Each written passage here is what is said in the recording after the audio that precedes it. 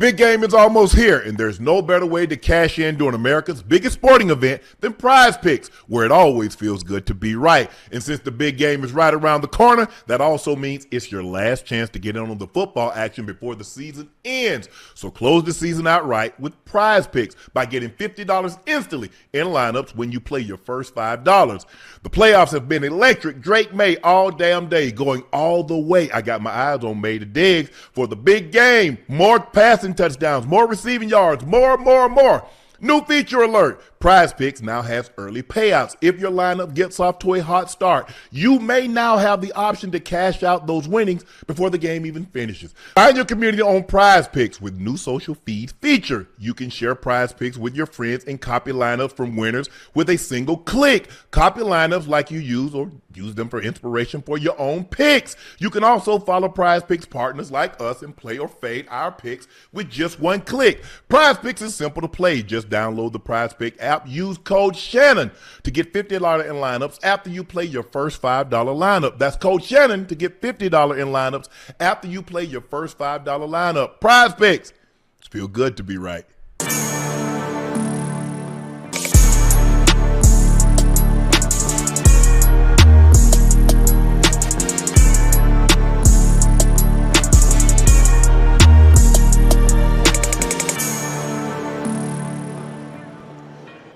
Thank you for joining us for another episode of Nightcap Radio Row. Y'all know who I am. I'm your favorite Unc, and this is my partner and co-host, the Liberty City legend, the Bingo Ring of Fame honoree, a former Pro Bowler and an All-Pro.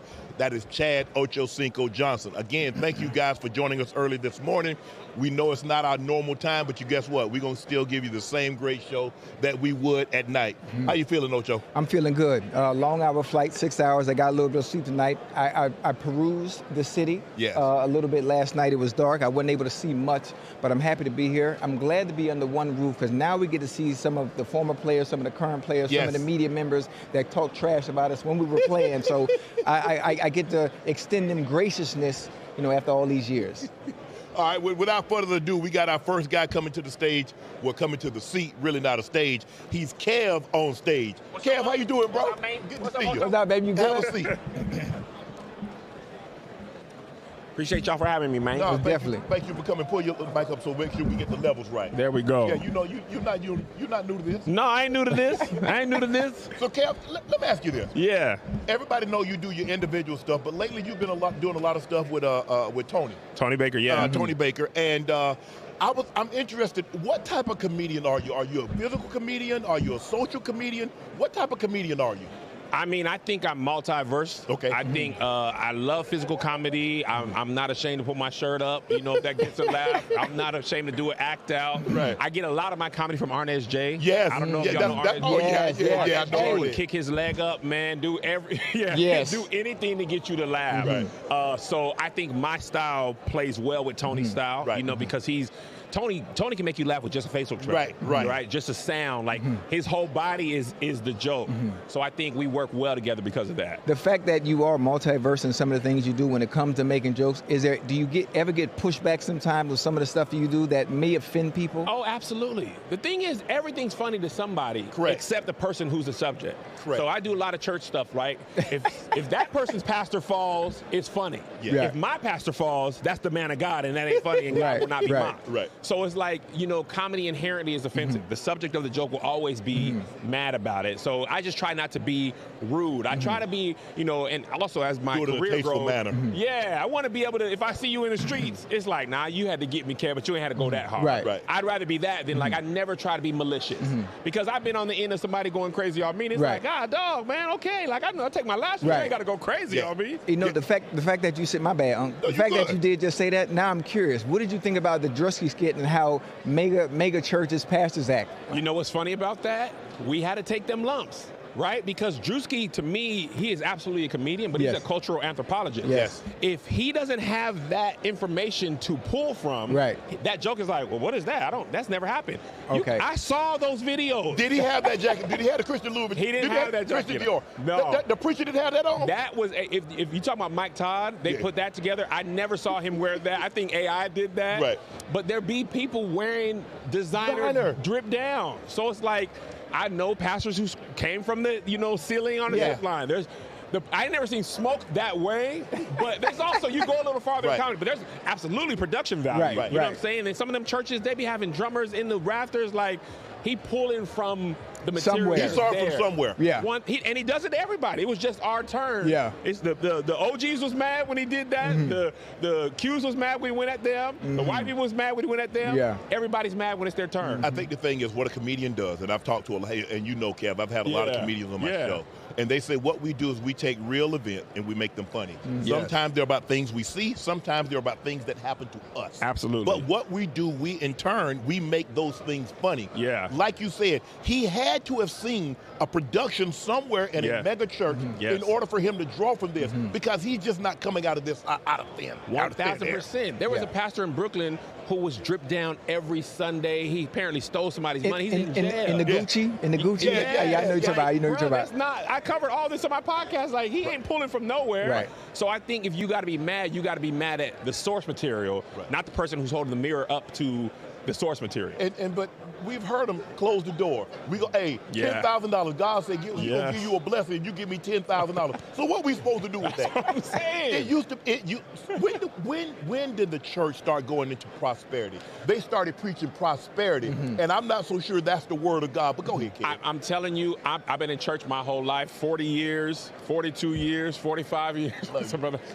Charles Haley, KevOnStage. What's up, Charles Haley? OG. What's up, bro? I just want to step in, dog. Well, you blocking my camera. Stand on this side. Yeah.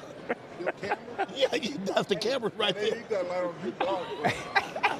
Please, baby. We gonna get it. Come on. Go ahead. Finish up. Yeah, I think prosperity gospel has been preached since the early 90s. People have been mad since the early 90s. Reverend Ike did it. Yeah, who? Reverend Ike. You remember Reverend Ike? I remember Reverend Ike. Reverend Ike said, don't put change in the pan. God don't like noise. The prayer clause. You don't remember the prayer I remember clause? that. Peter Popoff, like, Jimmy Swagger, Rex Humbard. Yes. Oh, yes. let me stop. It's been happening They since gonna I get can on us, remember. kid. No, it's true. It's true, but sometimes people need hope, right? And I think sometimes you're speaking to people who need something, and you want to activate that in them. So I don't think it's inherently wrong. But if from the outside looking in, if you don't understand that, it's like, what y'all talking about? Right. You know what I'm saying? So yeah, I think it's more of that. Do you think comedy is getting back? Because you remember back like when Pryor started and there was no host barred. No. Yeah. There was nothing that Everything you was couldn't open. say. Yeah. It didn't matter if you was in a wheel. They would highlight that. Yeah. And it kind of got away from that because we got correct and maybe we overcorrected. Yeah. So maybe the pendulum swung too far one way because you know what happened. Yeah. It's kind of like in 2008. They said the pendulum swung too far to the left. 1,000%. And so now in 2016 we got to swing all the way to the right. And so instead of being somewhere in the middle, we've gone too far, and now we see that situation where we're kind of getting back. Comedy is always reflective of society. It's always fluid of society. Comedians are always pushing the line. I don't think comedy ever really got away. I think those risque comedians always worked. People just had to go find them. You know, the internet just made it instant, right? Back in the day, you have a joke that's out of style, out of touch, you just stop saying it. Right. But now the internet's like, they said this joke, here's the video of it. Well, that's 2016, I don't do that joke anymore. But I think the pendulum always swings the same way wrestling is reflective of society, stuff that they got away with in the 90s. It was like, okay, we can't really do that no more, and now you can try it again. Comedy is the same way. You know what I also think about? I think about some of the old sitcoms of the days, the Good Times, the All in the Family. Yeah. If I think comedy can get back in a great space, I would love to make the moniker, make comedy great again, where we don't worry about what people think. We don't worry about how people feel. One of the few comedians that I think really doesn't care about backlash, that's able to get away with it, is Dave Chappelle. Yeah. He's one of the few. And I think if we can get all comedians that cater to their strict fan base and not worried about what everybody else thinks, I think at that moment and at that time, comedy will be once great again. Right. I think that happens all the time, though. Right. I think there's always a political comedian that goes too far. White House Correspondents' Dinner, for example. Yeah. There's always somebody who's political, Josh Johnson, who can weave that line. Yes. Then there's Ryan Davis, who's just really cerebral and really funny. And then there's people like me who just be silly. Right. Tony make you think. Like, I think there's all these different types. I think comedy, like music, has different genres, different people, and you can kind of pick what you want to pick and feel how you want to feel based on what mood you're in. Yeah. Appreciate you by. Thank you. KevOnStage. Make sure you check him out. All right, baby. OG, appreciate you. Give him what you call him. Give him your IG, anything that you want. KevOnStage. Follow me on KevOnStage. Any platform you're on, I'm on there under KevOnStage. Appreciate you, bro. Thank y'all, man. Appreciate y'all. KevOnStage, ladies and gentlemen, very funny man. Make sure you check him out. Normally you'll see him with Tony Baker, but he does his own thing, and he's exceptional. He's exceptional. Come on in, Trey. Oh, you just sitting in, huh? Yeah. It man, have a seat. Trey, what's up, bro? Oh, I can't sit What's up? What's up, little man? What's up? What's up, dog? Have a seat. This is two-time Super Bowl champ, two-time Pro Bowler 24-25 in February of 25. He signed a 4-year contract for $94 million, making him the highest paid guard in NFL history. Trey, you look, this was a down year for y'all. A lot of injuries. Yeah. You got hurt. Pat got hurt. Yeah. You started the season without Rashid. Then guys were in and out of the lineup. But you know the expectations. When you've had the level of success that you've enjoyed over the last 7 years, this was an unacceptable season. What do you guys need to do to say, you know what, the Chiefs are back. We really never left to win anywhere, but we're definitely back. Yeah, man, I mean, since I was a rookie, the day I walked in, man, we had a standard, you know what I mean? And obviously we fell well short of the standard this year. And I can speak for myself in terms of accountability, man, just being more detail-oriented, being very consistent, you know what I mean, and approaching the game better, you know. As players, we got to make what our coaches call go, regardless of situation, regardless of circumstance. And for us, I think it really comes with accountability and being detail-oriented. When you look at a situation, because sometimes when you have such success and you have a guy like Patrick Mahomes, you feel that he can cover up for a lot of mistakes no matter where. Offensive guard whiff, Pat got that. A guy runs the wrong route or have an MA, Pat can have a bad call. Pat can overcome that. But at some point in time, those mistakes, when compounded, because you got a guy that whiffs, you got a guy that makes another mistake, compounded with a bad call, that's even too much for Patrick Mahomes to overcome. So how do you make sure you get back? Because he's coming off a very serious injury. You missed time the entire about like 7-8 games. So how do you make sure the Kansas City Chiefs, that when we're in the situation next year, when we're in LA, there's a great chance we see the Chiefs? I think it just starts in the offseason, man. As early as OTAs, you build that team chemistry early. You know, we bring in new guys, we draft free agents, whatever you have it, and just making sure we're all on the same page as a team.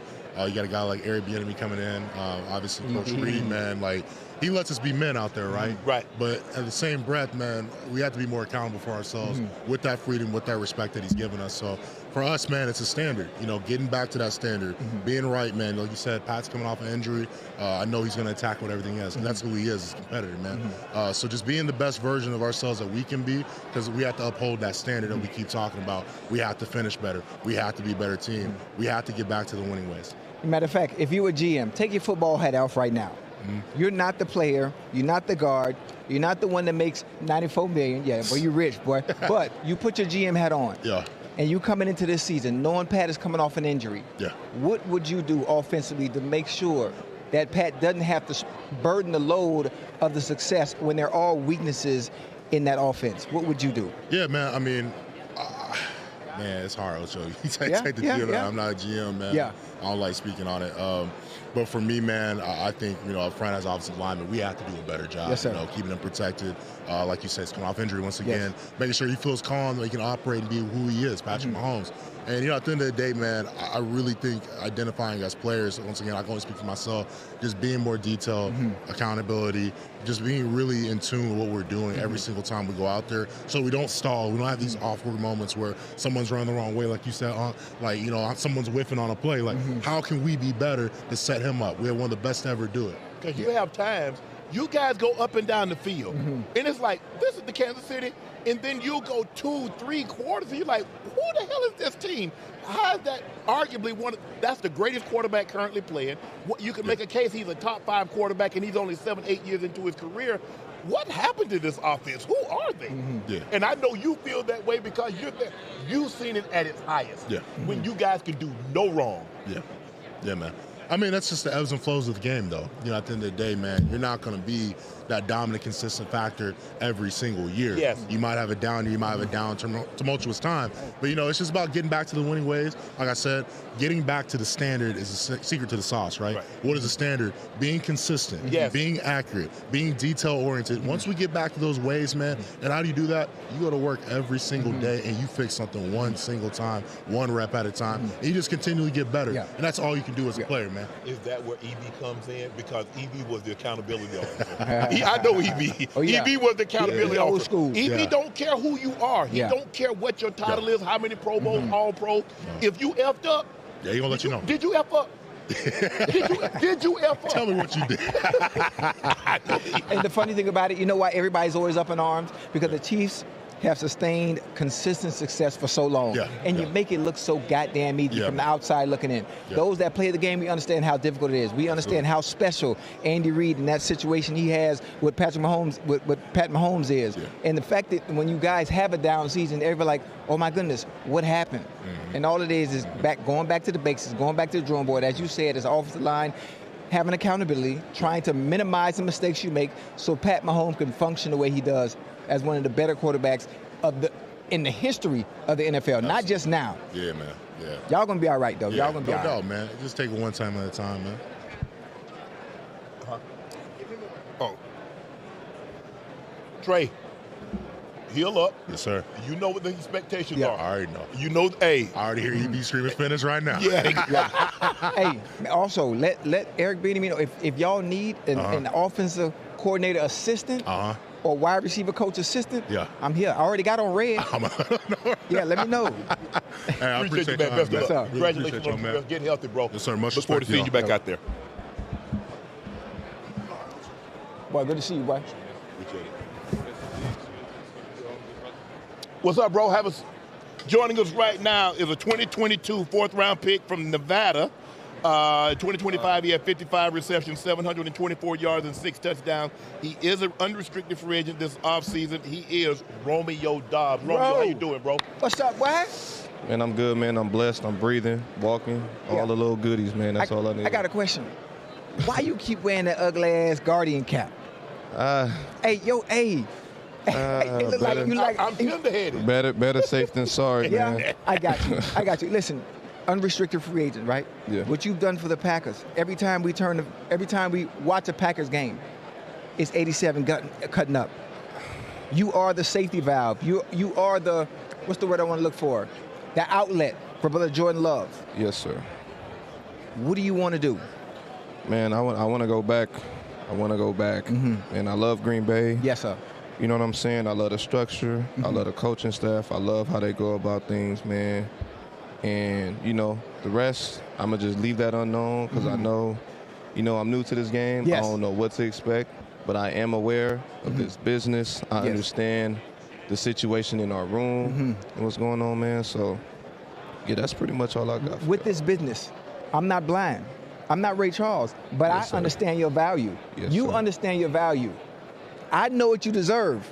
I know what you can get there, and I know what you can get elsewhere. Yes, sir. I'm going to leave it at that because I don't want to get you in no trouble saying the wrong things, but go ahead, Yeah.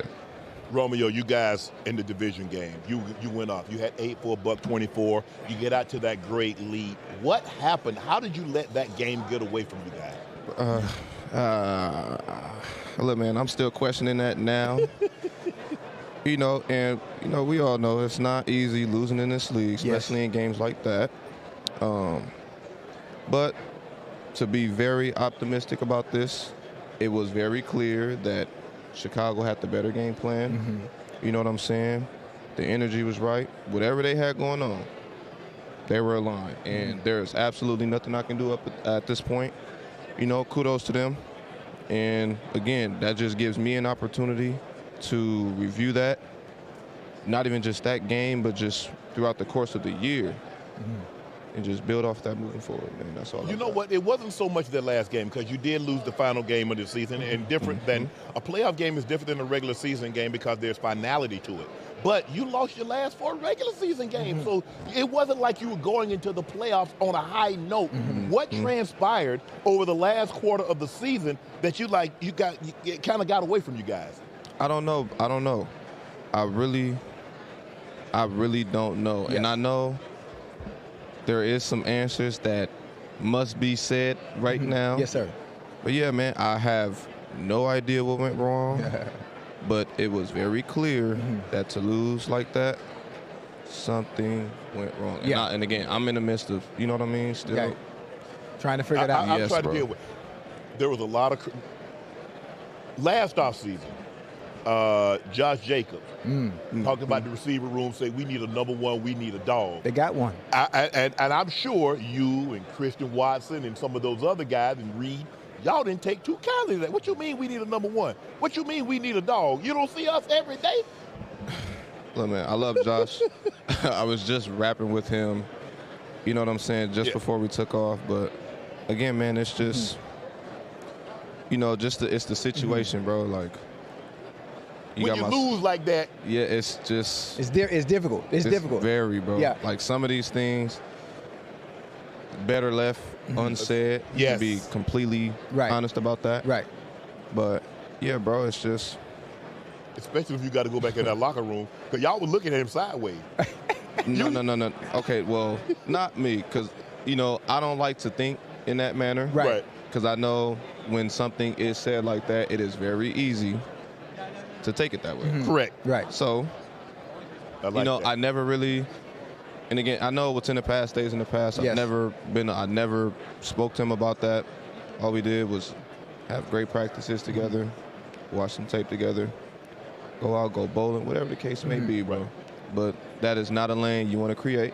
So I'm doing. I got a question, because I mean, you answering. Obviously, you want to be careful. You want to be PC. You don't want to piss anybody off, especially during the time that you're in. You're in a special place where life can potential change. employer. Yeah. Yes, So, sir. Do you want to go back? You had an Instagram post that almost, it was deemed like almost like a farewell to Green Bay. If you had it your way, would you love to go back to a team like the Packers, where any given Sunday, you don't know whose day it's going to be? Or would you like to go somewhere where you could be the dominant number one receiver and you know that offense runs directly through you? That's a great question, bro. If I'm being honest, I would love, man. Take your time. Yeah. Being around them guys, bro. Yeah. I would love to be around them. There we go. I would love to be around them, bro. Yes, sir.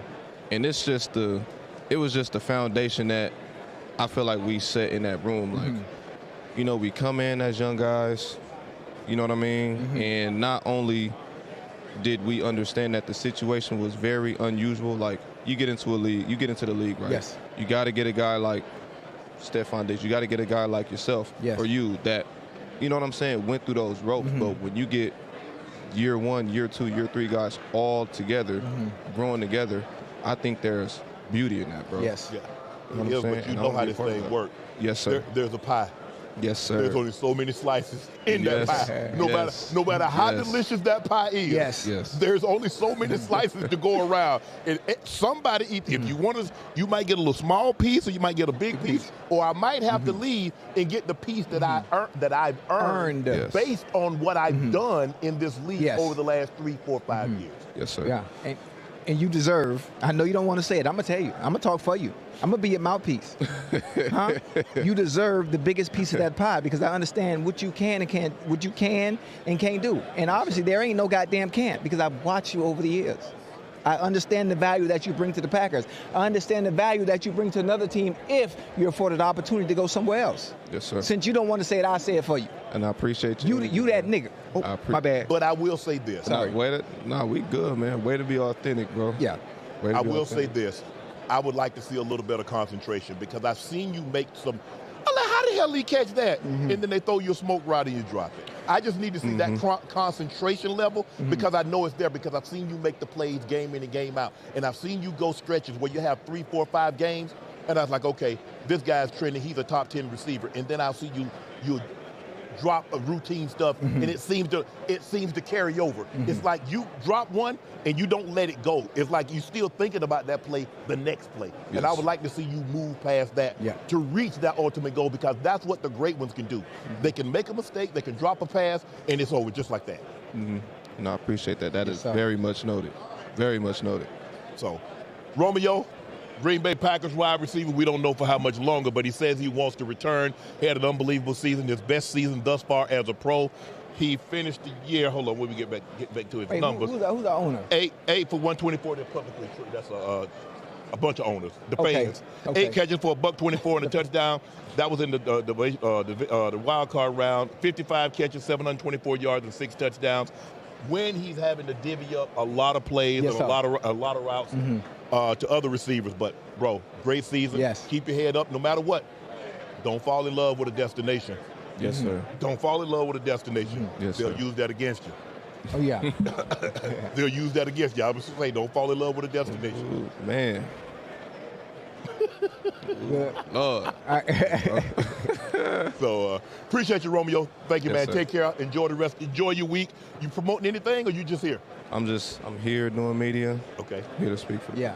Okay. I got Appreciate you, bro. Have a great day. Make sure y'all give him that blank check over there. Y'all have a blessing. Appreciate you, bro.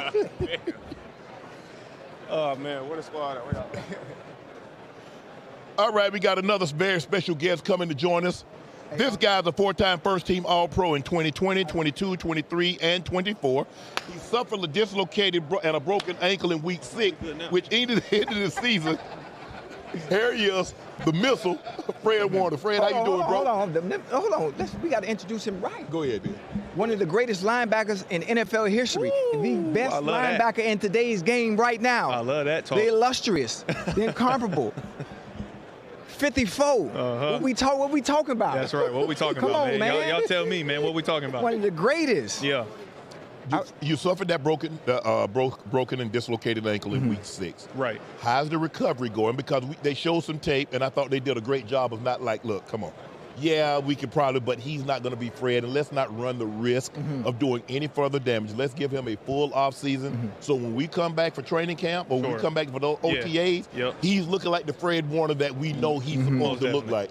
Yeah, I mean, it's one of those injuries, right? Like, I remember all throughout my career, I've seen that happen to a couple cats, like Dak Prescott, for example. I think he had that nasty one when he was at home, right? Yeah. And it's kind of one of those ones, it's like a fear of yours. Like, you don't ever want to go through something like that because it just looked nasty. Right. Yeah. And so when I'm in the moment and I feel this boom hit down my leg and I'm on the ground, I look at my stuff and it's pointing the opposite direction. I'm like, oh my gosh, like immediate shock went through my body, right? And so it is one of those things, though. And I am blessed that once they put it together and you start rehabbing and kind of getting the healing process going, you bounce back really quick. So the fact that I even had opportunity to return to practice during the playoffs, only 3 months removed from that, speaks to everything you need to know. Like it's unbelievable. You know what? You have the resources, you have the access to some of the best technology to be able to come back much faster than others, as opposed to when we were playing. It was kind of different. How do you feel now in the rehab process when you're on the field? Do you have your lateral movement, your explosion? Is it all there? Do you have the flexibility, everything? Everything. And it's only going to get better as time goes on, right? It's one of those things that it's your new reality. Like if you go beat it up, it's going to, you deal with like the little swelling that kind of is in there a little bit, the soreness, right? But as you keep going, man, you build that thing up from the ground up and do the things right. I think you mentioned it perfectly. Like all the resources that I got now. Yes. I'm super blessed and happy that it happened later in my career where I have all these resources, all these relationships I built up throughout my career. So now when it happened, it's like I'm calling this person, I'm texting this person. Right. Okay, boom, boom, boom. We got a plan together. I felt horrible for Cam Scatterbull, but it was like 2 weeks after I did mine. Right. He go and do his, and then Judkins with the Browns. Yes. He had the same. I'm like, man, these guys are rookies that are just barely starting their career. And they got to go through something like this. But those type of setbacks, man, it only make for a greater story when you do come back. Go ahead, Ocho. I'm going to say one question before I talk about the defense and what you guys with the hire of Raheem Morris and everything. Yeah. What do you think about the noise and the talk and the conversations about the injuries that constantly happen to you guys, much more than any NFL team because of the plant that happens to be close to the training facility? Your thoughts, honestly. No, I mean, if I'm being honest, I think it's a little silly. I will say, like, the substation, the thing about it is it's been there for decades. Like, this ain't something that they just built up there the last 5 years or 10 years that Kyle had his team here. They've been practicing over at that substation forever. And now to say, is there something to it? I don't know. There's not enough research that's been done. And I think that's something that they'll maybe look into more. But, the game of football, y'all know, it's a violent game. Yes. And is a substation attributing to me breaking my ankle in half? No. It's like there's this stuff that you just can't really overcome. Yes. And we do have an older roster, so like a lot of our star players, quote unquote, and guys that you pay a lot of money to, like when you're older, you're more susceptible to little things like hammies and groin and all these little things. So yeah, man, I mean, at the end of the day, we got to always continue to find ways to be better health-wise, because when we are healthy, we in that big game that they playing this Sunday. Absolutely. Yeah. This might be a blessing in disguise because you say as you get older, you got a year and a half. You got a full year off. You're going to be fresh going to make it. What if you have Raheem? And I don't know if he was there with you at any point in time. You had cross paths with Raheem, but Kyle and Raheem go way back. They were both on the Washington staff together when Kyle was calling plays for his dad, and Raheem, I think, was the DB coach back then. So what is your expectations about this defense? You finally got Robert Saleh back last year. You had D'Amico, and you had some of your best years under D'Amico. Most definitely. So what can you expect from Raheem to bring to this defense? You get Bosa back. You get some of those guys back that were injured, yourself included. So what can you expect from this defense? What can 49er fans expect from the 49ers moving forward? The expectation is always dominance. That's all that my expectation always is, and it's always been that since we've been here. You mentioned it, Coach Saleh, D'Amico, guys have built up a top 5 defense year in and year out, and that's the standard now, right? And we're just trying to give ourselves the best chance to win a Super Bowl. And in my opinion, man, defense wins championships. And so I think if we can build up a dominant group to help give us a chance to do that, I think Raheem is the best person for the job. I only hear glowing things about him from everywhere that he's been. His players love him, staff, coaches, everybody has loved him wherever he's gone. So I know he'll do a fantastic job. Talk about this Super Bowl. You know this team, you're familiar with one team. That's right. 13-3 the last game of the season. You didn't play in that game, and then you go out there, and then they do a great job. They run the opening kickoff back.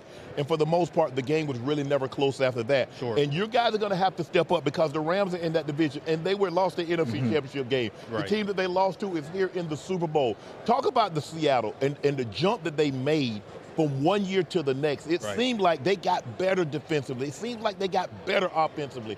That Sam Darnold is like, oh my goodness. No, I mean, it's they've done a really good job. You got to tip your cap. Of course, I don't like any of the divisional rivals, and that's understood, right? Seattle. It don't even matter if you're the Cardinals. You beat up this year. It's still what it is. Like, we just don't like you.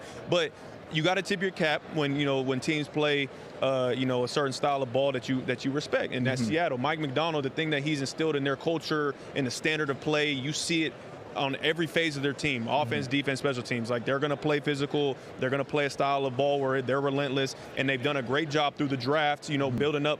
And you have these young star players in like a JSN and a Devon Witherspoon that you can lean on, while also adding in free agents like Sam Darnold to be your franchise quarterback. You pick up Rashid Shaheed on the trade Ernest Jones the fourth. Ernest Jones. You talk about DeMarcus Lawrence. Like, they loaded up their roster with the type of guys not only that are playmakers, but guys that fit that way of play that they're doing. You talked about the standard in which you guys play at, right?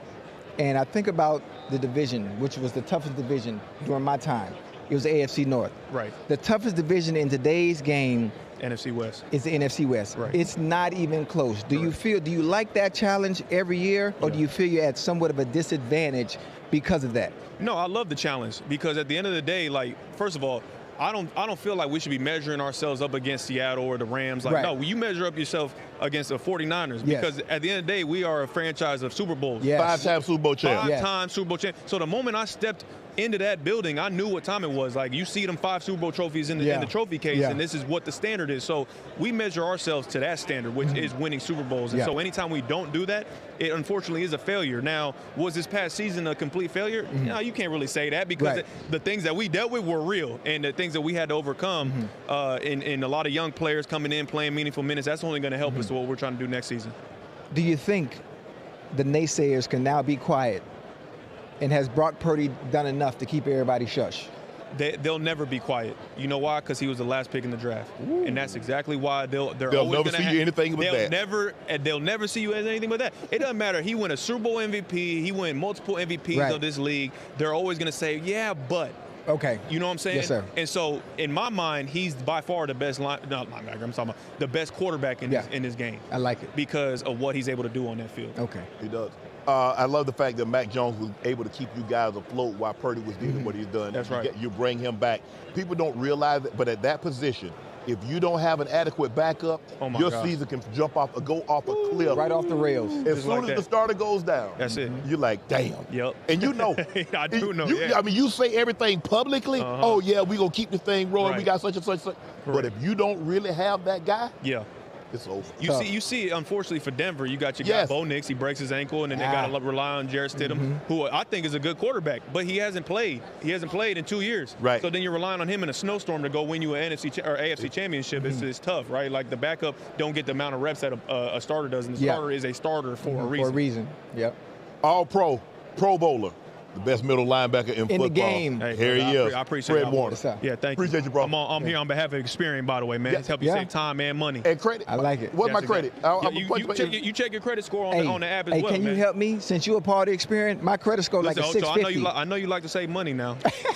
Experian help you save that and time. I got you. Yes, sir. I got you. Yes, sir. Yes, sir. Appreciate you, boy. Appreciate that, Fred. Yes, sir. Thank you, man. Appreciate you, bro. Have a good one, man. Hey, get you some McDonald's. That shit heal up faster, boy. All right. Yeah, there you go. Don't do that, Fred. Don't do that. We done got older, Fred. We can't process it like we once could. Woo! Okay. Who? Jay? I want to fight Jay. What a beautiful day. Chat, can y'all hear me? How do I look? Huh? Can you see me? How's my hair? Okay, come on. Who's that? Tyquon Thornton. Oh. What's up, bro? How you doing, man? What's up, what? What they do, what? You good? Yes, sir.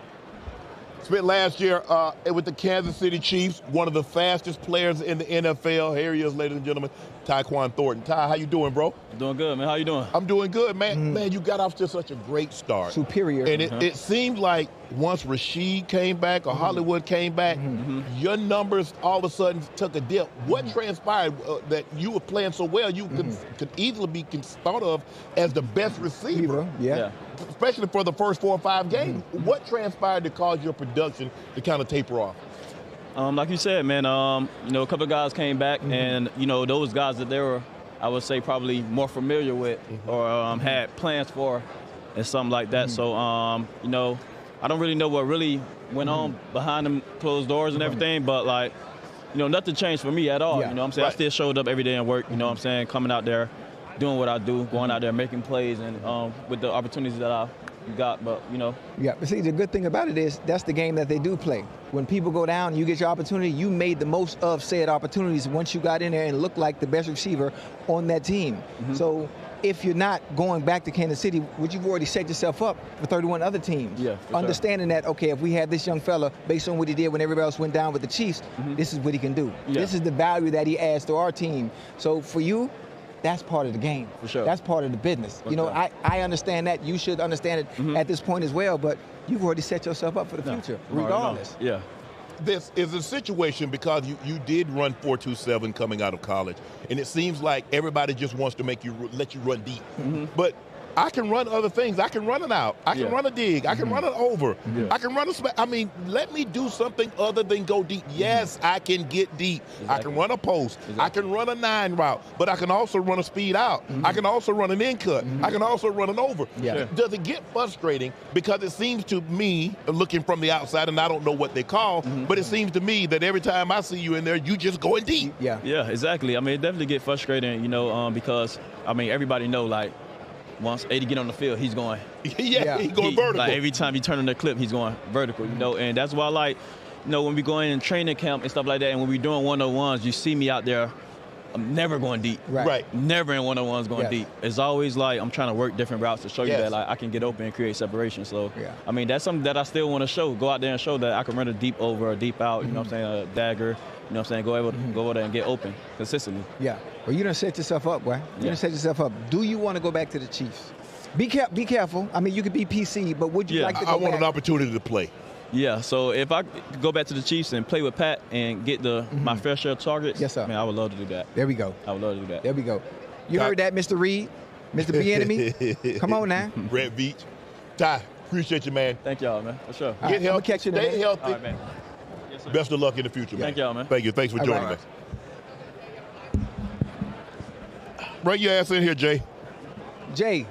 Come on. Jay, let's wrestle, Jay. Come on. Jay, let's wrestle. Yeah. Hey, Jay, I'm looking. You're a cute kid. Hey. What's up, bro? Jay, what's up, baby? You good? Hold on, let me get out. Wait,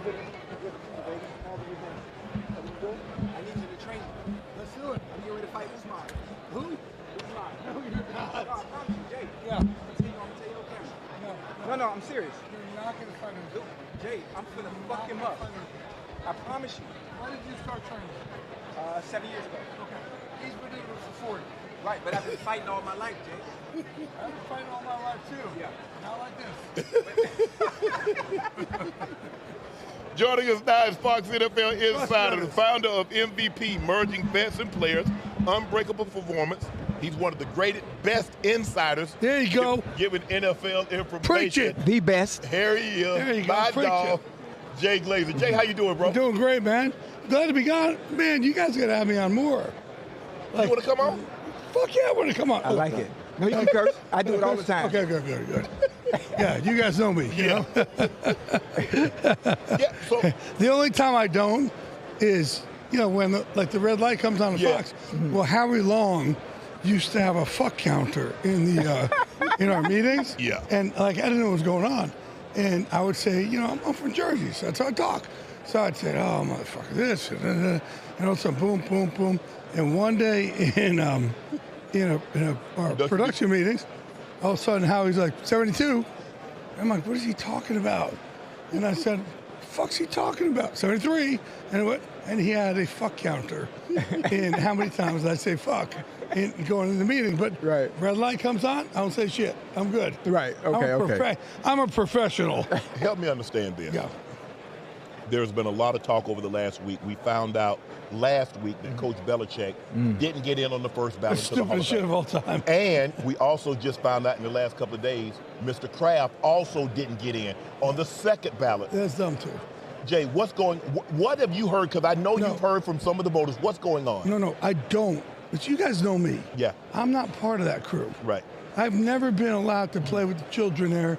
Like, I always did it differently. You guys remember, 93 I came in, yeah. Okay?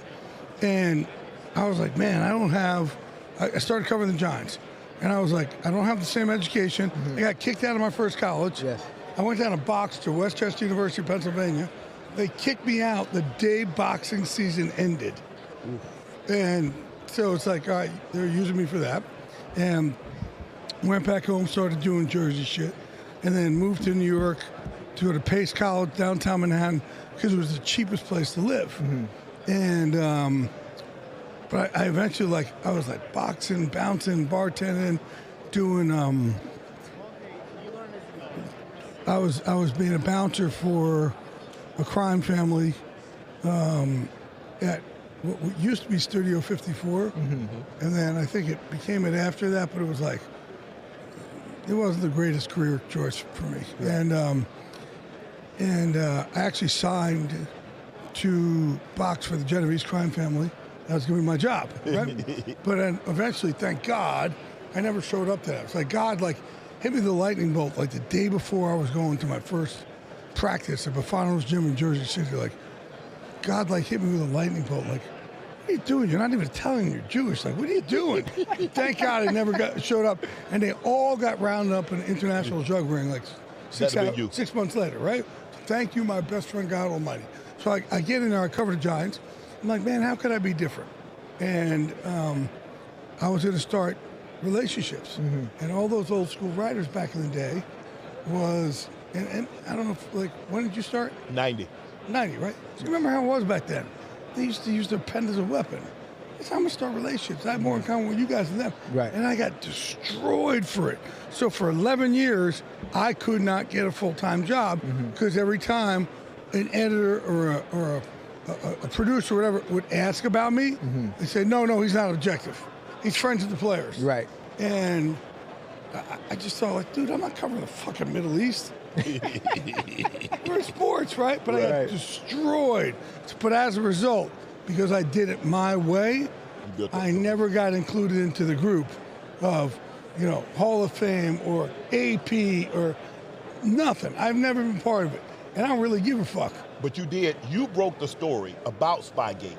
How much? How much? Thank God. Now, you know. Thank you, my best friend, God Almighty in heaven. But there's a situation where many believe that Spygate was worse than was let on. How much did Spygate play in a role that Coach Belichick not getting in and Mr. Kraft not getting into the ballot? I think,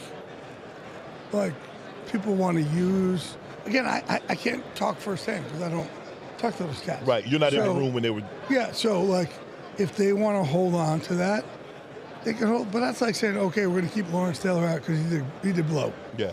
Stupidest shit of all time. If you're the greatest, you're the greatest. You know what I mean? That's it. Yeah. Okay. And he won plenty of games without it. So I don't know.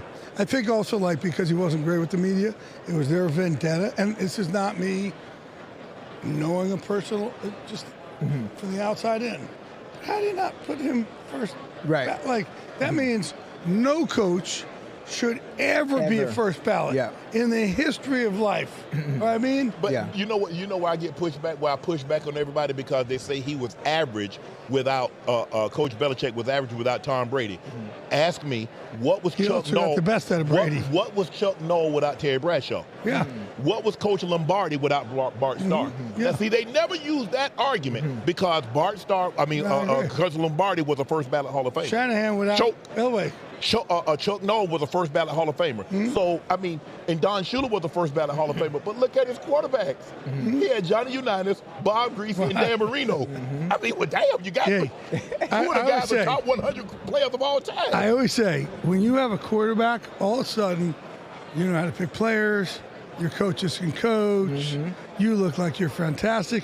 When you don't have a quarterback, everyone's a dumb shit. You can't pick players. No one knows how to coach. Like, you know what I mean? It really is that much. You also said that Mike Tomlin was done coaching. Do you believe that Mike Tomlin is done coaching in the NFL, or does he take a year off, get a TV gig, and come back? Because all the other coaches that's ever coached in Pittsburgh, Chuck Noll never coached again. Coach Coward, although many believed it, he maybe teased it, he never coached again. Is this a similar situation? I think he's done. He told me in Rondé Barber 2 years ago what the plan was. But also it's like, he's like, hey, this is my plan. You can't say this. Don't show my hand. I'm telling you, you're my guy. That's it. So, you know, and that's why I am where I am in life. And I've never burned anybody. You know, it's like, I don't go for the scoop. I go for the relationship. Right? And our relationship is deep. Like, I coach his son in life now, right? He's 22 and it's kind of find his way. But my son, Sammy, who's been lost a lot, Mike T was there for him. So this is like beyond all this stuff. So it's also great. Like, I'm known as the gatekeeper of Mike T. It's pretty good. I'm the only one he talks to, right? But that's like, last year I thought he was going to hang it up. He decided one more. I thought he was going to be done. So until it happens, it happens. But this year, kind of week 8, I'm like, hey man, anyway, this is going to change your mind? Nope. Okay. I said, can I report it the last week? Nope. He said, but in fairness to him, he said, I don't think it's fair if my players find out from you. I think they need to find out from me. Okay. I don't have to have every scoop. I'm good. I've done pretty well, right? Hey, listen, but by the way, Spygate you're talking about? So, man, that was my second week in studio. Fox, right? And the last thing Howie and Terry and Jimmy wanted was some new guy taking up airtime, right? So, it was my second week inside. I used to do games. Remember I would do, right? I would do sidelines, right? And then I do my scoopage from there, right? And they're like, all right, listen, guys, Jay is second week. Jay's now going to have, normally it's going to be 3 segments. We're gonna still the same amount of time, but we're going to spread them out. But today we're going to have 4. And Howie Long gets up. And you guys know Howie's a bad motherfucker. I know Howie. Howie's a sick. I played with Howie. Yeah, and you have to keep the beast in the box, right? And like Howie ended one of his teammates' careers one time, and the guy tugged on his jersey. It was their center, and I think he broke like his collarbone, his eye socket. Like he fucked him up. So we were asking him, we're like, hey, dude, like, what'd this guy do? He's like, he tugged on my jersey, and we're like, what else did he do? What do you guys not understanding? He tugged on my jersey, and we're going. So you broke his eye sockets and his collarbone. And he's like, did you guys not understand what I'm saying? He tugged on my jersey. So Terry goes, well, don't you think the crime maybe didn't fit the punishment? Right. And he literally goes, Are you guys understand what I'm saying? He tugged on my jersey. Right. Bother me. Okay, let's move on. Let's move on. He's a sick bastard, right? Yeah. So he gets up and he goes, wait a minute. You're telling me this kid, and he points at me. Don't look at me. He points at me. And he goes, this kid has the Spygate video. And you're giving him extra time. And they go, yes, Scott Ackerson, like, he has the video. He has the actual video. Yes, this kid has the video. And I'm like, oh my God, this is terrible. This is horrible. And then Jimmy looks at me and he goes, you really got the video? I said, yeah. And Bradshaw looks over and he goes, you have the actual video? I said, yeah. And he goes, he's okay with me. So thank you, my best friend, God Almighty in heaven. And everything changed that day for me. Listen, you've been a huge advocate, very outspoken when it comes to mental health. Yeah. How does it make you feel to see more players be upfront, more boisterous about their mental health issues as opposed to before when everybody would suppress it and not let it be known because it was frowned upon? Yeah, you know what's so funny, man? Because I have, and you got to ask yourself, man, how many drugs did my parents do when they conceived me? But I have clinical depression, anxiety, ADHD, bipolar, OCD anxiety, insomnia. Other than that, I'm a model of stability. Right. But for years, I thought I was cursed. And you just hid. And honestly, dude, I would go out when I would have, I would say the beast got out of the box. Right. I would take a bunch of Vicodin, a bunch of Adderall. I'd go fucking hog wild. I'd start fights. And I would rather do that and get canceled than anyone know I have depression or anxiety. How backwards is that? Very. Right? So I used to think I was cursed. Now I think God blessed me with all these so I could free us all, liberate us. Like, no one's questioning. Listen, you're fucking crazy. Yeah. You're fucking crazy. You can't be great and not be crazy. Yes. Correct. Right? But we, as men, we're told you don't say this shit. Right. And look, for me, training all these players in MMA, my whole thing is like, if you were hurt and tired, you will never, ever, ever, ever know. We don't show that shit, right? And then I realized, man, I'm the problem, right? I'm permeating what our dads taught us, our uncles taught us. So then I'm like, you need that in football and fighting, okay? You'll never know. We'll be relentless, and as you think we're getting tough, fuck, I am not. You'll never know. But now, guys, off that field, outside of that cage. Yes. Now I want a new unbreakable mindset where we open up. And my relationships have never been better. Like, they've turned this right here, this bracelet right here, my most prized possession. Michael Phelps gave it to me, where with the promise, basically he wouldn't kill himself. Right? That's a fucking brotherhood. Right. Right? Like, this is the baddest of the bad.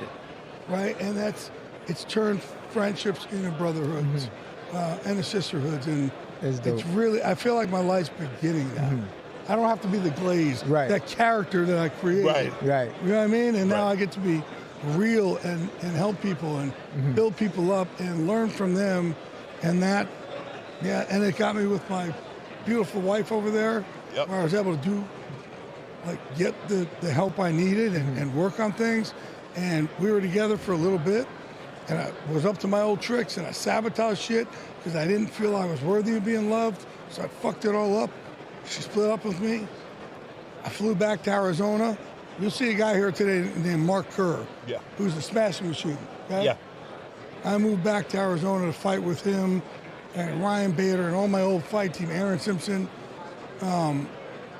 because for me, love was getting punched in the face and getting abused. Right?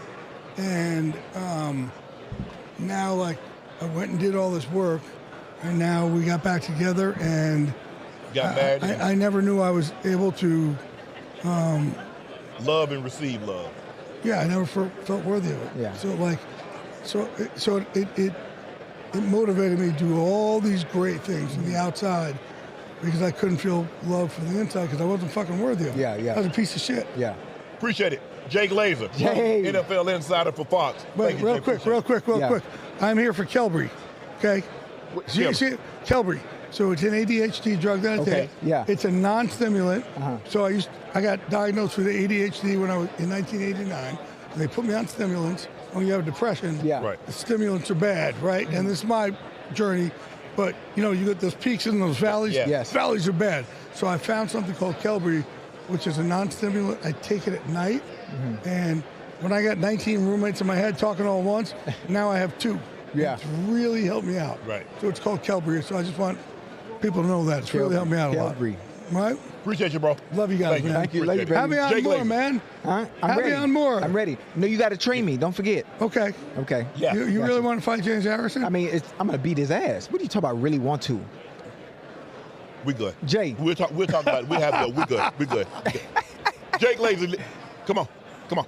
I love you, baby. Appreciate it. All right, Jay. Appreciate you, man. You gotta go. Thank you, man. All right. Next guest coming to the stage is the Houston Texans cornerback. He's a 2025 Pro Bowler. In his last season, he had 4 interceptions, 17 PDUs, a 2-time national champ, and guess what? He had an opportunity to play against both the Seahawks and the Patriots. Here he is, Kamari Lassiter. How you doing, bro? Appreciate it. Come on.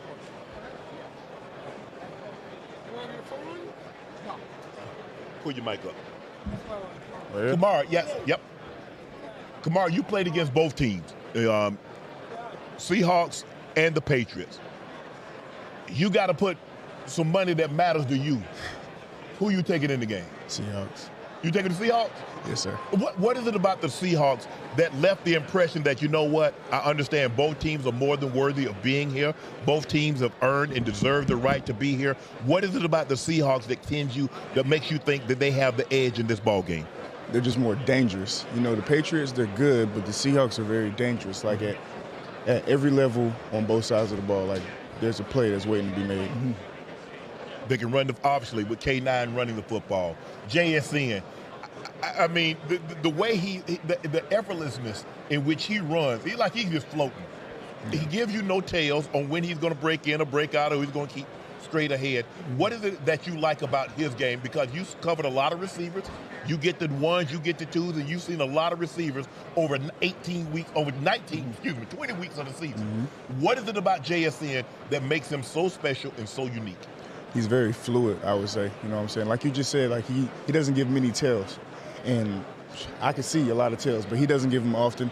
And I think that's what kind of just separates his game. You know, he's able to make every catch and run every route, and he's able to go different places within the offense. And they move him around a lot, and he's able to make the plays. Yeah. Hey, listen, I've talked about you tremendously, damn near every week. I'm sure you've heard some of the things I've said about you, because I love exceptional DB play. Appreciate that. Your teammates, they call you crazy. Your teammates, they call you a lunatic because of your style of play, loving to play man-to-man. Does it surprise receivers with your style of play, and have you had any difficulties with anybody that just stands out to you from the receiver position?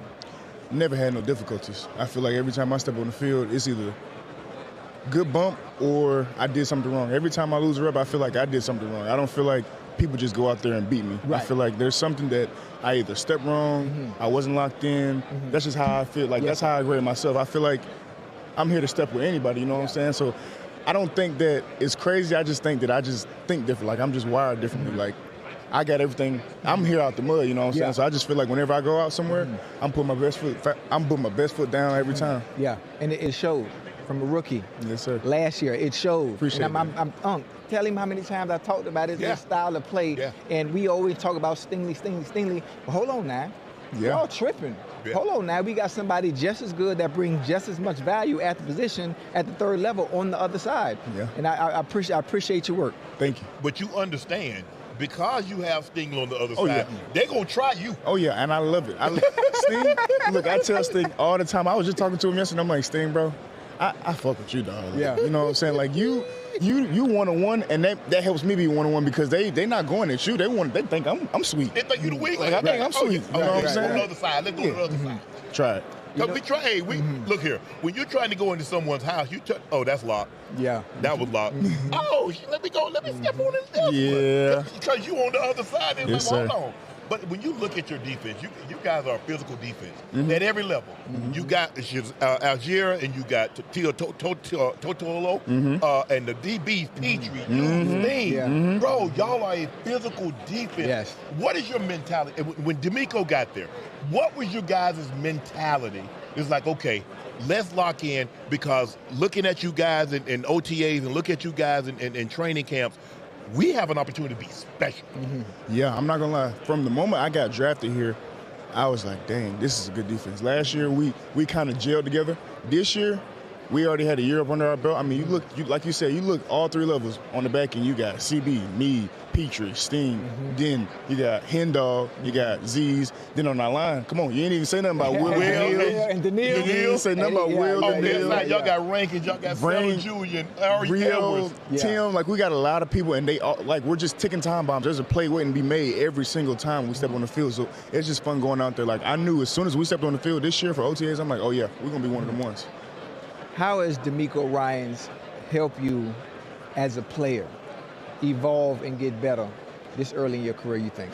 He's helped me a lot. He just pushes me. Like, I feel like I respect Coach a lot because he drafted me, obviously. Sir. So I feel like there's a level of belief that he had in me from the jump, and he just continued to push me. Like, he just wants me to be better. He wants me, like, this year, he's like, you had a good year, but I need you to go ahead and go to another level. Yeah, so it's just like, he said that last year. He's like, okay, you did it. You had a good year. Now let's go to this level. So I just feel like the more that you push me, like, the more you put on my plate, I'm ready to eat. You know what I'm saying? Put your GM hat on. Okay. You're the GM of the Houston Texans. What is it that you guys need to do to get over the hump? To me, from the outside looking in, defensively, they don't get no better than that. What do you think y'all guys need to do to get over the hump so you can be in a situation like the Seahawks and the Patriots are? You trying to set me up. Oh, no. You could answer it PC. That's all. PC? That's why I said put your GM hat on. GM, I think what we need to do, we got everything. We have everybody. We just, I think depth, because, you know, injuries happen. Absolutely. Yes. You know, injuries derail a lot of teams. So I feel like depth will be, you can never have too much depth, and I just feel like you just got to make the plays. Yeah. Because you saw it when CJ went down, your quarterback kept you afloat. Of course. Because a lot of times we just saw it, and Fred was on here, and we saw with the Broncos. Their quarterback goes down, and you need your backup to come in one game. Yeah. And that's the difference, because the margin of the NFL of winning and losing is so small, because everybody at that level at one point in time was all state, all American, all world, all this, all that. So it's not like it's Georgia playing TCU. Right. it ain't one of those situations. You know what? When I first got to the league, a guy told me, he said, Shannon, every guy that's in the NFL can make every other guy in the NFL look foolish. Of course. If you just look at somebody where they was drafted in the 7th round, or they this or they that, the worst receiver on a given day can make the best DB look foolish. Of course, and y'all know how it is. Like, the margin for error is so small, like you said, and it's like, that's what it boils down to, making the plays. But it takes so much to be able to make the play. You got to be in the right position. You got to be able to do a lot of stuff, and we just got to lock in on the details, man. Man, unbelievable season, man. Best of luck. Great season. Hey, appreciate y'all. Don't get satisfied. Yes, sir. Oh, no. Don't get satisfied. Yes, sir. Continues to eat. Yes, sir. Overeat. Yes, sir. Yeah. Hey, overeat. I want some of that work too, bro. Look, I ain't running. Hey, OG, I want some of that work. Look, I've been waiting to get up. I've been waiting to get up with you for a long time. Oh, come on, you show? Yeah, look, back in the day. Talk to me. They used to call. Like, around the way, they used to be like, "You look like Lil Ocho." Oh, yeah, what?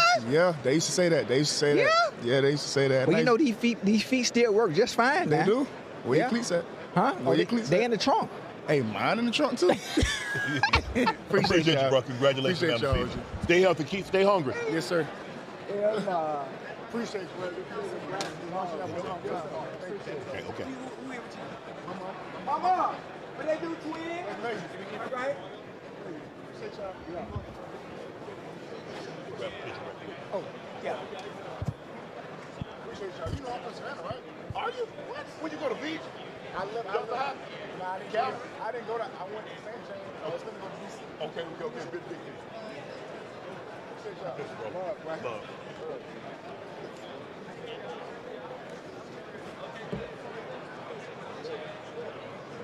You know what they do?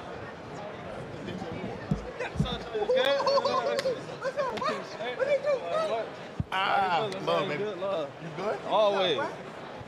You said what? What's good? You straight? Well, you look like what, nigga? That's you. Huh? That's you. Man, I got on soccer gear. That's it ain't on you. See you. All right, joining us now Back to back. on Nightcap Radio Row, another. The best. Yes, sir. Okay, joining us now here on Nightcap Radio yeah. Row. My guy. Here he is, number 21 from the Cleveland Browns, Denzel Ward. Denzel, how you doing, bro? I'm good, man. Hey. Appreciate being here, man. Thanks for having me. Another unbelievable season. But at some point in time, you're going to get tired of having these unbelievable seasons individually and want to have an unbelievable season team-wise. Yeah. Obviously, you're new coach coming in. You're probably going to have a new DC. Oh, don't tell me that. Well, consider that Todd, some of the things that Todd said about, it ain't looking, good. I'm just saying from the outside, it ain't looking good. Hey. What do you guys need to do to make sure, like, Miles is going to win Defensive Player of the Year unanimously? You are a top 2-3 corner. So the individual success that you've enjoyed and that Miles have enjoyed, but at some point in time, you play a team sport. This ain't golf, this ain't tennis. And so the individuality is fine and good. And we'll talk about that once come time to Hall of Fame. But right now, I want to have some team success. I'm tired of getting my eyes beat in, and we lose it. But, man, hell of a game, Denzel, hell of a game after the game. Yeah, I think that's the biggest thing. That's probably why the decisions were made, how they were made with bringing Todd Monken in, an offensive-minded coach. And we struggled, to be real, we struggled on offense. You know? We struggled on offense and wasn't able to put points on the board and wasn't playing that complimentary football. So once we could do that, and hopefully Coach Monken come in and change the offensive organization around, I think we go do well. We got to continue to stay up there for the defense and make plays and be that Defensive Player of the Year and top corner in the league, and we're going to make it happen. Listen, defensively, y'all going to be fine.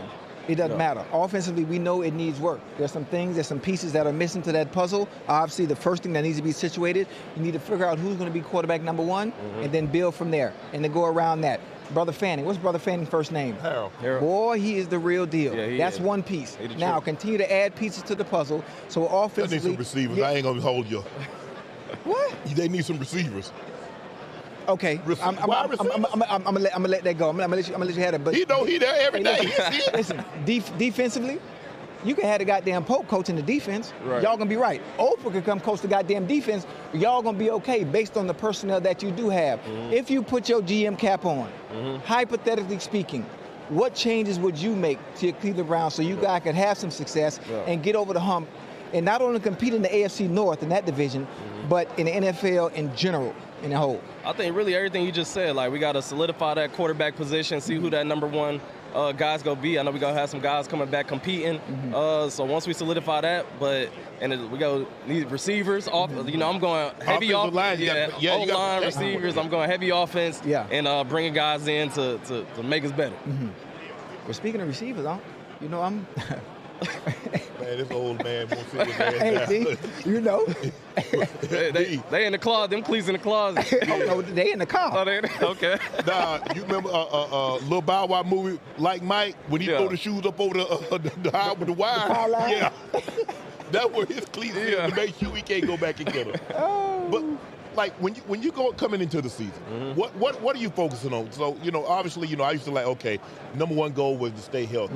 Then I was like, okay, if I could get X, Y, and Z, catches, yards, make a Pro Bowl, be an All-Pro, team get to the Super Bowl, win the division, things like that. So when Denzel Ward starts putting down his top 10 things that he wants to accomplish in an upcoming season, the 2026 season, what's on your board? Yeah, I think like similar to you said, like going into the season, like all right, I'm trying to stay healthy. We just getting back to the playing fast football, reacting and everything, trying to stay healthy. But then all right, now I'm trying to make plays, and I got to be the best. They expect me to be the number one corner out here, and lock boys down, lock my side of the field down. That's what I got to do. So that's my goal every game. Give up no catches, make plays, and be that guy out there on the field. You like traveling?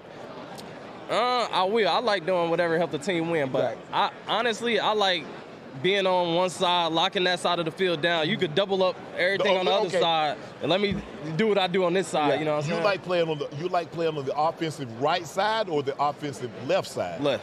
Yeah. That's why I like to line up too. That's why I like. I want to see people like you. Me? Yeah. Now you don't want to see me. I want to see you. So you like covering the X receiver or the Z? Yeah, it don't matter. It really don't matter. I like that. Because them Z's now, them Z's, you know, the Z's were tough. I mean, Ocho like being on the ball because a lot of guys like being off the ball because that gives me a little bit more separation. That's real. Because now, if you step and I'm off the ball, okay, I'm gone. Yeah, and you know, I've talked to multiple receivers, damn near every NFL receiver in the league, and I always ask them, who gives you the most difficulty? Who gives you one of your best challenges? And the same two names come up, Denzel Ward and Pat Surtain. Yeah. From a technical standpoint, I say it all the time on every show, any platform, even when I see you in person. I've never seen anything like that. Respect. As smooth, as patient. Dog, my favorite rep from you, yes, I'm finna glaze right now. I don't care what y'all say, is the one against my brother T. Higgins, where you off a little bit, you shadowing, and he gets a step on you. Yeah. You turn, you relax, you ain't patient, and you just play the hands. He end up picking the ball. Yeah. I'm like, what? Man, listen, man. Sometimes you have to play through the receiver. Oh yeah. Exactly. Oh yeah. But I think that's the biggest thing. So, because a lot of times, small corners are great with small receivers, shifty guys, and then they struggle with big guys. Do you find yourself struggling? So what do you like? Because big guys normally have a problem, like Revis. A guy like Revis, a big receiver, he was going to eat him up. Right. Because he's so patient, And he's stronger than you think. Like, man, I'm finna run through him. And next thing you like, God dang it, let me go. Yeah, facts. I mean, I don't really feel I'm a small corner, though. You know, I got a little good size to me, but for me, I think it just depends on the personnel, like who the player is. It's not like I don't like going against big receivers or little receivers, but who that guy, are they able to use their body type? Like, so like a George Pickens, like he a taller receiver, like he's good at, okay. He's going to play through contact. Yeah, he's going to play through contact, so that might be a little tougher matchup. But fast guys, Tyreek Hill or something like that. I like going against guys like that too, but it's really just whatever they're good at, are they able to do that well, better than what I can. You know what I'm saying? It's a funny thing I like about him too, and I've been studying your game for a long time because you know how I love and feel about DB play. I've seen you change your game plan. I've seen you change your style of play based on the receiver that's in front of you. Yeah, definitely. I've seen it, so I understand what you're going through and what you're thinking because it's all a chess match at that point, based on the skill set that's in front of you. Exactly. That's how I feel. Like if you just stand there and you know I'm doing the same thing every single time. Okay, now you making a plan. Okay, I know he about to line up and do this, so I'm gonna give him this release, and I know he gonna go here. So that's why I like to kind of play the game. I'm like, okay, I'm gonna switch it up a little bit. That's how similar like we play Pittsburgh. Like they challenged me like the last 3 plays of the game or whatever. So I like changed up. I ain't play the same technique on all the plays. I changed it up. I might jump jam them, or I might get off, and so just switching it up and just playing a chess game. I'm just trying to figure that out. They're gonna take their third best receiver and try you on fourth and goal. Did that make any sense to you? I didn't understand it because I mean they didn't try me all game, but I know like at some point in the game you gotta come to me. You gotta come and just see what you got. But yeah, I didn't understand 3 plays in a row why they did that. JSN.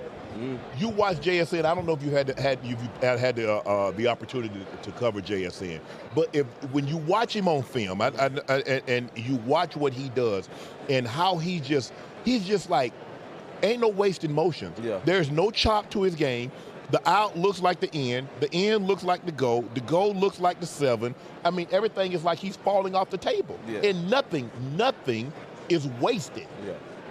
When you watch him, is that what makes him so special? What makes him so unique? Yeah, just like that. I agree with that. Like that makes it tough when he's making his routes look the same every single time, and you like he's running straight and he could break it in, or running straight he could break it out. So it's like, okay, you got to stay true, play it true. But he a smooth route runner, great hands, great routes, and he making everything look the same. Yeah.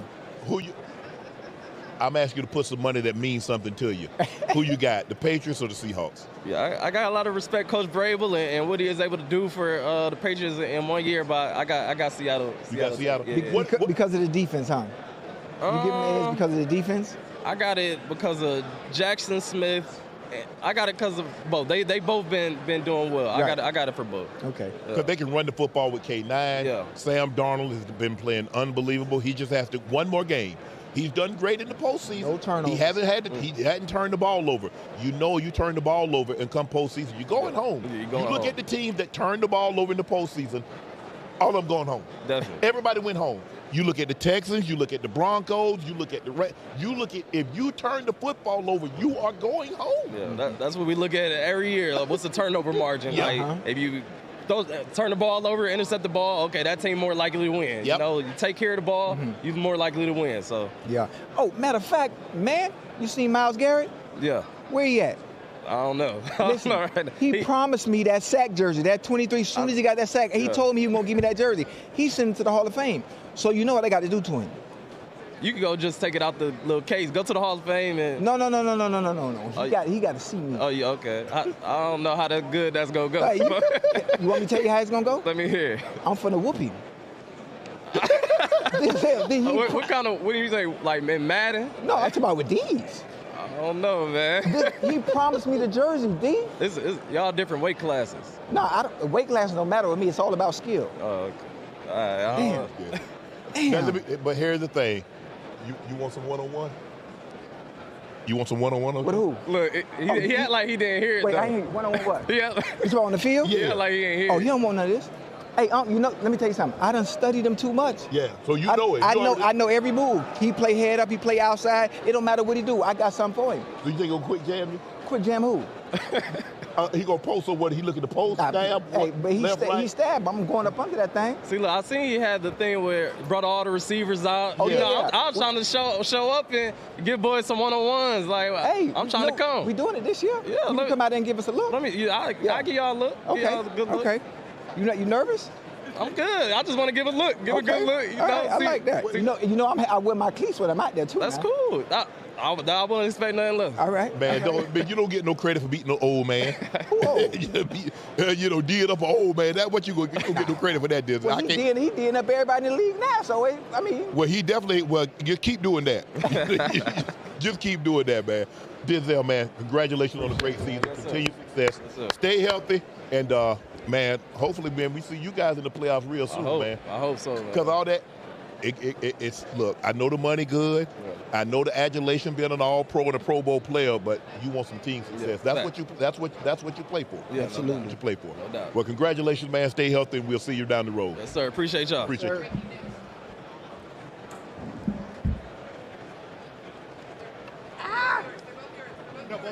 Oh, wow. All right, y'all. All right. Wow.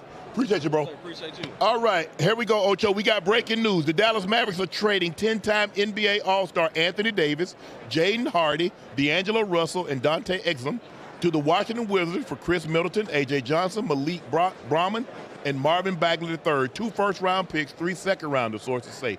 So the Mavericks are trading Anthony Davis, Jaden Harden, D'Angelo Russell, and Dante Exum for Chris Middleton, A.J. Johnson, Malachi Branham, and Marvin Bagley III, 2 first-rounders and 3 second-rounders. Hey, but that's nothing.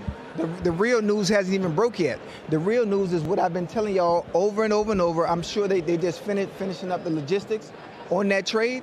Wait until you see what happens with my brother Giannis and Ja. The breaking news also, the 76ers are trading Jared McCain to the Oklahoma City Thunder for the 2026 Rockets first-round pick and 3 second-round picks. Again, the 76ers are trading Jared McCain to the Oklahoma City Thunder for a first-round pick and 3 second-round picks. So that thing is tomorrow is the trade deadline for the NBA, and so we're going to see a lot of trades happening. We're going to see things starting to pick up. But the big news of the day: the Dallas Mavericks are trading 10-time NBA All-Star Anthony Davis, Jaden Hardy, D'Angelo Russell, and Dante Exum to Washington Wizards. Chris Middleton, A.J. Johnson, Malachi Branham, and Marvin Bagley III for 2 first-rounders and 3 second-rounders. Damn, AD was there. He was there barely a year. Well, Unc, he's there barely a year. But the one thing that has haunted him his whole career and have been his Achilles heel is injury. Yes. The best ability is availability, and he hasn't been that.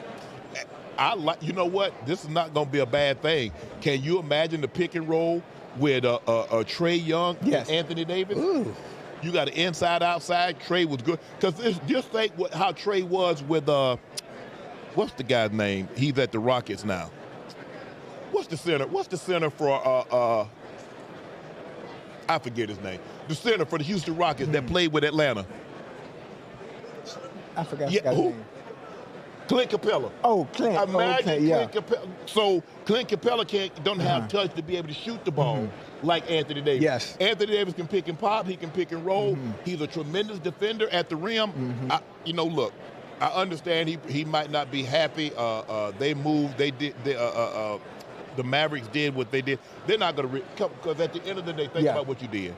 You just gave up. You gave up Luka Doncic for Chris Middleton, A.J. Johnson, Malachi Branham, Marvin Bagley III, and 2 first-rounders and 3 second-round picks.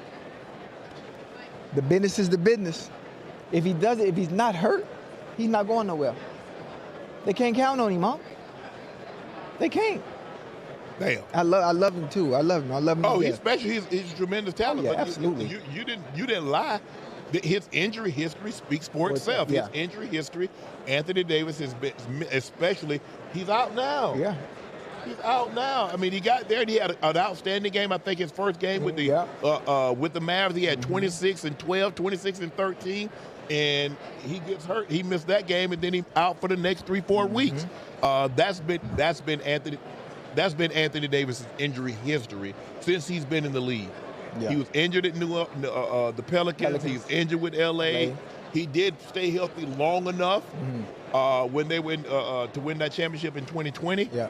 But, the thing happened is that they got 4 months off, so we don't know what could have happened. I'm glad that it didn't happen. Right. But you like Ocho, I just hate that, he's going to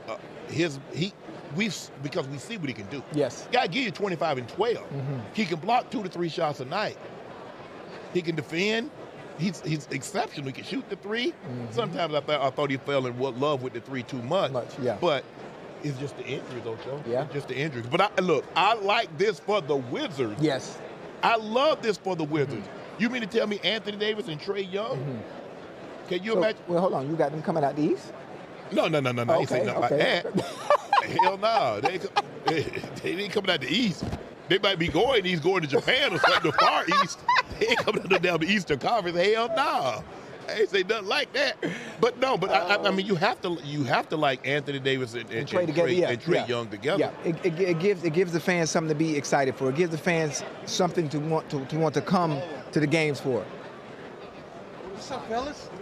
They do twin? What up, baby? How you doing, man? Congratulations. Thank you, brother. KD, what's up, boy? Joining us, he played with the 49ers from 2017 to 2020. Yeah. Patriots from 2021 to 2024. Now he's back with the 49ers. 37 catches, 551 yards. Kendrick, Bourne. Yeah. Kendrick, how you doing, what's up, What boy? up, Shannon? What up? What's on well, man? How you doing, man? How you doing? Hey, well, you look happy. Well, you look excited. You look joyous. Talk to me. God is good, man. You know what I'm saying? God is good. Life good. Family good. Health good, man. Got a good perspective about life, man. Yes, I'm living, man. Yes, you know what I'm saying? What got you feeling like this? It's just I'm not supposed to be here.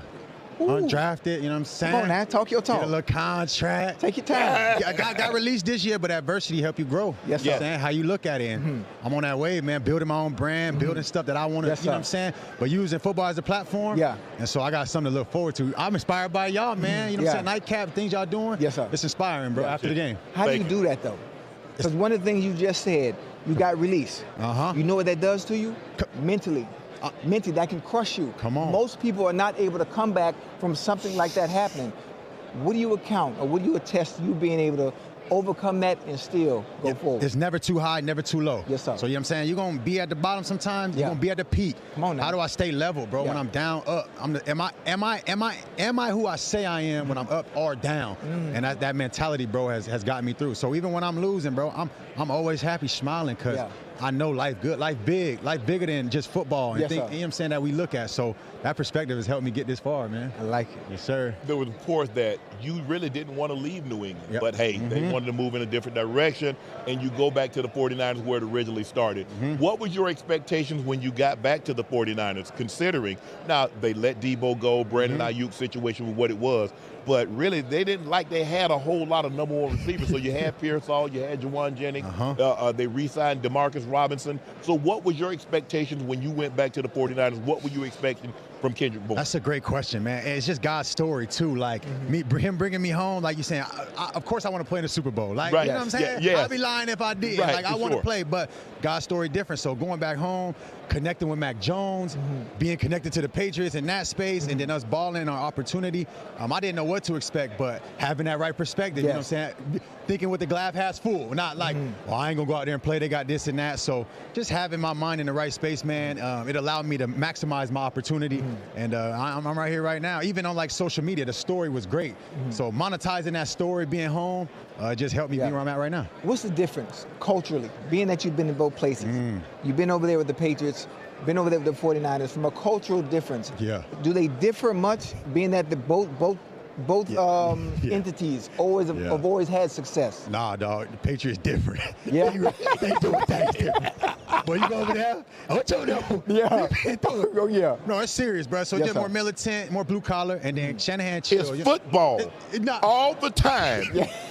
Check your leave your ego at home. Nah, come on. Because if you check your ego at the door, we get a break, you'll go get it. Leave your ego at home, bring your ass here to work. We work, it's football, it's football, it's football. It's not you. Even where it's at, like being in Foxborough, cold, it's just tough. And then you think about San Fran, it's more like California. It's just that kind of vibe. Yes, sir. When you in Cali, you good. You got the sunglasses on. You ain't got, look, I don't know how y'all do it, but you got the pad, you in pads, you in shorts, everything is really speed and tempo. You put the pads on, you get pads at 9-on-7, you do the team stuff on Thursday, then you take the pads off for half the year, and then you out of the pads, and then you good.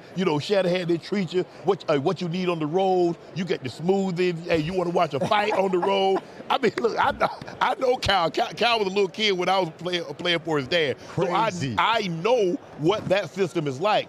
But I also know people that have played with the Patriots, and I know what that system is like. It's different. And I love Kyle. He got the ways of doing things. He know how to get the superstars over there. Some guys ain't trying to be blue collar and work hard, but everybody operate different. So if you go to New England, anybody, get your mind right. And if you go to San Fran, get your mind right. But it's going to be a different kind of operation. This is what I tell people. I said it's easier to get drafted into New England as opposed to being drafted somewhere else and going to New England. That is facts. Because it's easier to go tough and get easier. It's harder to be easier and get tough because you're like, hold on, bro, because we heard Drake Greenlaw. You heard what he said, how he grew up in San Francisco, came from San Francisco. All he knew was Kyle, that West Coast system. And then you get Sean Payton, who's old school. Real old school. Old school. They thudding it up. They thudding it up. Practices alone. Meetings alone. And that's a great point. So, for my story, going from San Fran to the Patriots was that I experienced. I had to adjust. And it was like a shock, a whirlwind. And I'm like, all right, bro, I need to adapt. How do I adapt? So I learned a lot, which was powerful. But if you don't get your mind right, well, you gonna fold. In my career, it got rough a little bit. I came back. Because you got Coach Belichick. You got Coach Belichick, his father was militaristic. On, bro. Everything is structured. Militant. Everything is time. You're gonna be on time. It ain't no late. It ain't no excuses. We are a no excuse zone. Chad, no. Oh, I know. Listen, you don't have to tell me. Hey, first hand. And I'm coming from Cincinnati, so I'm not really coming from a background of success. I'm not really coming from a background of winning all the time. Now, one thing my little black ass did is I worked. That was the one thing. I didn't have to adapt to that. Oh, yeah. Wherever I'm at, you know what you're going to get. That's fire. But that militant atmosphere, that when you go to practice, KB, and you got to have on every single pad. Like, come on, KB, Cole. I'm out there with my hip pads in. No. I ain't have my butt pads. I ain't wore my hip pads and butt pads since I was an Optimist. It's that serious, What are we man. talking about, Bill? Oh, my gosh, bro. How he not first ballot, though? Oh, man. It don't make sense, dog. I don't know. We've had a couple of people on there trying to ask, how much do you think Spygate played a role in that? That's what I'm saying. And it's funny because that's not my era and my time. So my experience with Bill and what he taught me, I'm like, nah, he first ballot. I remember he did a tackling drill. It's called sideline skinny. Yes, sir. Where he set up defenders. You run down the sideline. You do certain things. You make one defender stop his feet, make the other defender, and then you throw a stiff arm at the end. Man, I had a game, Tennessee Titans. I was on the sideline. Man, the drill came to life, man. Really? I'm not even kidding, dog. And I said, this boy a guru. Yeah. And I knew how to run with the football, but the repetition of that, at first I'm like, man, I hate this drill, but then I won the game for us. Yes. But he like, I told you, boy. Yeah. I'm like, you didn't tell me, dog. So I think he like, that's different to me in a sense. But you got an opportunity to see it, and I just want to tell people, and Ocho said the same thing. If you get him out of a situation where it's just not football, he does have a kind of laid-back personality. He will joke, but you got to get him away where it wins and losses don't matter. Because if it wins and losses matter, you're going to get coach the stoic. You're going to get what you get. Don't talk to him, dog. So I love that about him. You know what I'm saying? He's the ultimate competitor, ultimate like coach of the game, presenting it, looks, different things. So he helped me a lot in my career. But he's big in situations, aren't he? Because he's a situational guy. Because everything, like this is going to come up at some point in time, and I want to prepare you. He is not a believer that having you dive and put the football out to go across the goal line. You better not put that ball out. It ain't, but boy, my boy was trolling me about fumbling. Why didn't come back in the game?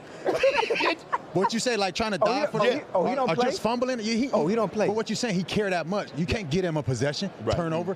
It's all situational to him. So that messes with his mind. Get him out the game. Yeah. I don't care. I don't care if you're the starter. He might, if you like if it's you might have went back in the game. I'm like, I'm tier 2. You ain't go back in. I'm tier 2. He ain't put me back in. Kendrick Bourne, ladies and gentlemen. Thank you, Kendrick, man. All the best. Thank y'all, man. Appreciate you, bro. I got some shirts for y'all, bro. What size y'all wear? I'm a large. Double. I got y'all. Yeah. I'm like 205 now. You want boxy or regular? Huh? Boxy tee? Boxy. Yeah, I want boxy. Hey, I'm still trying to look young. Hey, thanks, fellas. Appreciate you, bro. All the best. We got a living legend coming in here. He is a former light heavyweight, a former heavyweight. You gonna get him, huh? Yeah. Hey, you better not mess with Kamari, man. You better not mess with Kamari, man. DC, I've been trying to tell him. He want to fight everybody. He does. He's just saying that. Daniel Cormier. You better stay away from Kamari, man. Nah, we gonna go on the White House card, me and him. DC. Yeah. We had Dana on, and Dana's like, I don't know, it might be a possibility that JJ make that White House card. He and Pieta. Listen, I think if Jones decides to go to 205 and fight Pereira, that's the fight. That's the fight. You don't think Pierre can go up at heavyweight? Yeah. No, he too small. Man, I got to be honest with y'all. I think John Jones is better at 205. Right. What? I think he's better at 205. Right. Let me tell you why. It takes discipline to get back down to the weight. Yes. So he'd have to be so disciplined in his preparation. That's why he was so good at 205, because he was having to live so clean to make sure he can get down to the weight and do everything the right way. So, yeah, I think him and Pereira at 205 is the fight. You think he can get back down there after being that heavy for like 4 or 5 years? Hey, me and John Jones did a reality show together. Yeah. Just recently. And he a big boy. Yeah. But he kind of like, when like a tall, skinny dude get a little fat? Yeah. That's how he look right now. But would that take away from his skill set? No, if you're able to get down after being so big, not so big, but being bigger for so long, does it take away or deteriorate your skill set if you try to fight yourself down to a certain weight class just to fight? Chad, I think this dude is such a good fighter. Yes. That if he can get down to that weight, he's gonna be better. Because he's gonna be faster. Yes. He's going to be in better shape cardio-wise. Right. The way he looked against Stipe Miocic was crazy. He beat him so bad, dog. And quick, too. I felt bad. It was bad. You know why? Stipe took he waited so long to fight him. How you going to not fight for 2 years and come back and be 41 years old? You can't fight him your first. You can't. Not after 2 years off. Right. You're 41 years old. You've been a fireman for 2 years. John beat him bad, man. Yeah. John beat him bad. And then John, what's messed up about John Jones, man? What? It's crazy, man. You know what this brother did? What? Stipe Miocic is a nice guy. He is. Right? But John, him and I have such a bad history.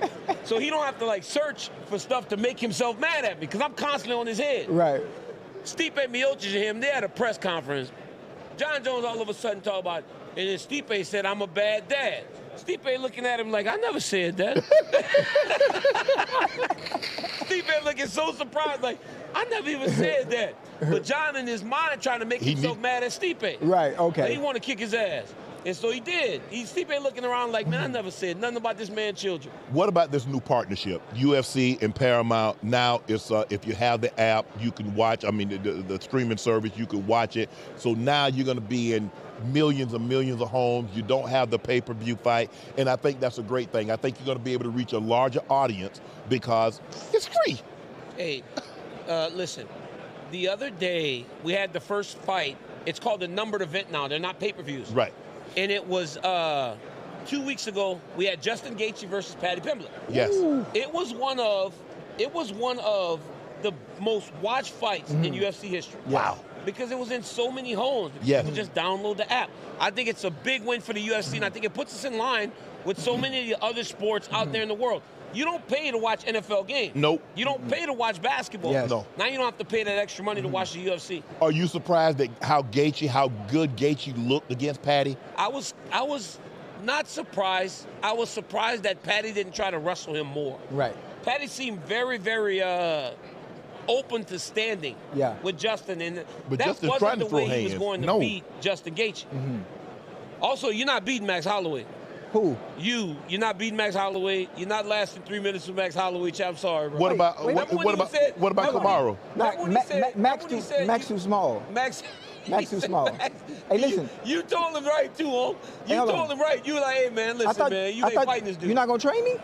I could train you all I want. But you ain't against gonna beat Kamara Usman, man. I'm a big man. I would stand. Hey, I want to stand right there. He's gonna start wrestling with you. No, I don't want to wrestle. He will. But guess what? He said he want Francis too. Francis. You don't want Francis, man. I don't want Francis, man. None of us want Francis, man. That's why you can't get no fights. Listen, now that I think about it, right?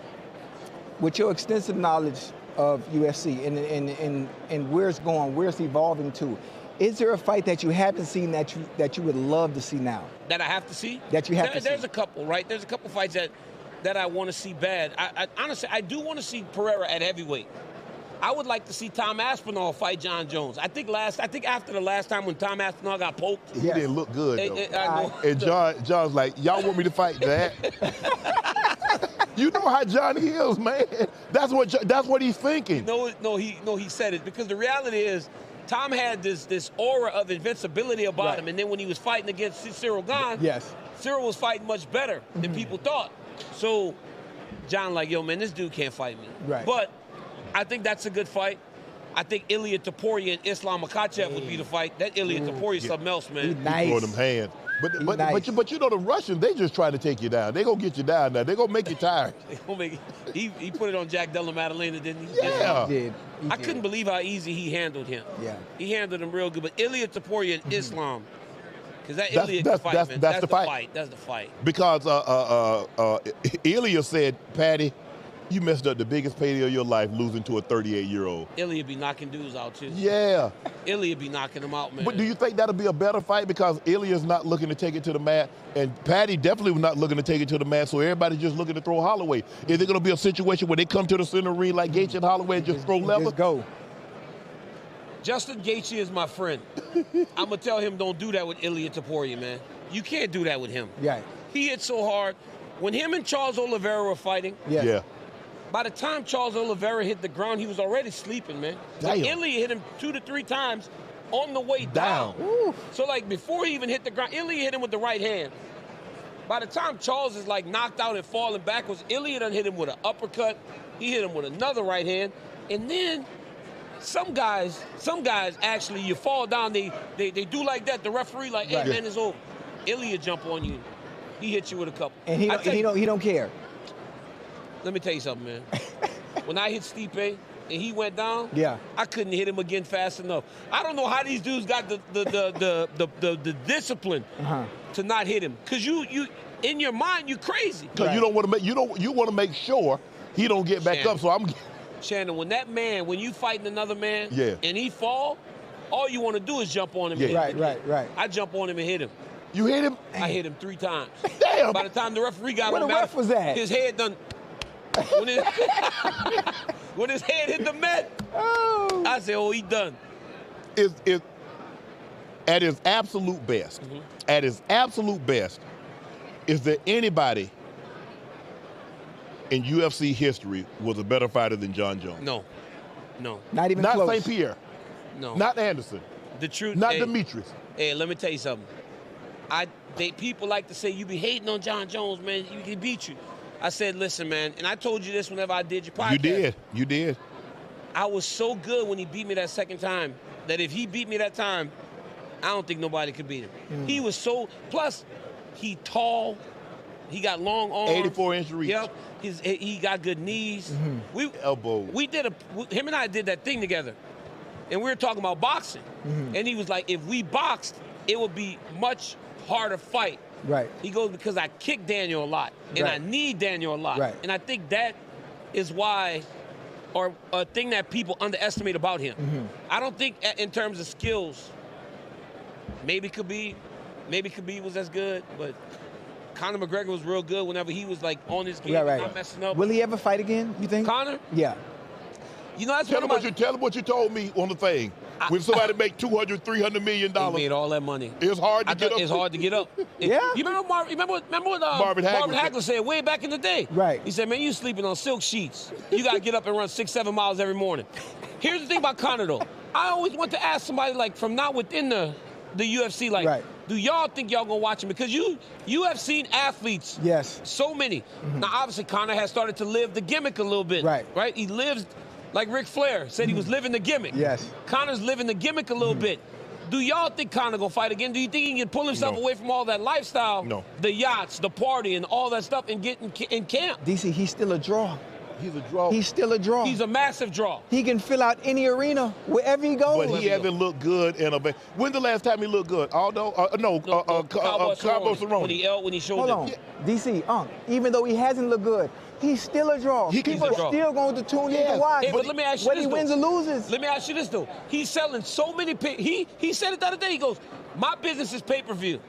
Because with Khabib, he sold 3.5 million pay-per-view. Right. Do you, listen, John, I was on a pay-per-view, me and Brock Lesnar. We sold 1.2 million buys. Yeah.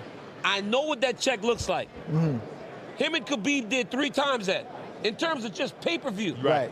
What's the number that you can get Conor McGregor in the cage? Right. What you got to pay him now that he cannot sell pay-per-view to get him to fight? Because he's already got 300, 400 million in his bank account. He sold that liquor. Yeah. He did. But do you think he can get in the camp? Because you're right. He is a draw.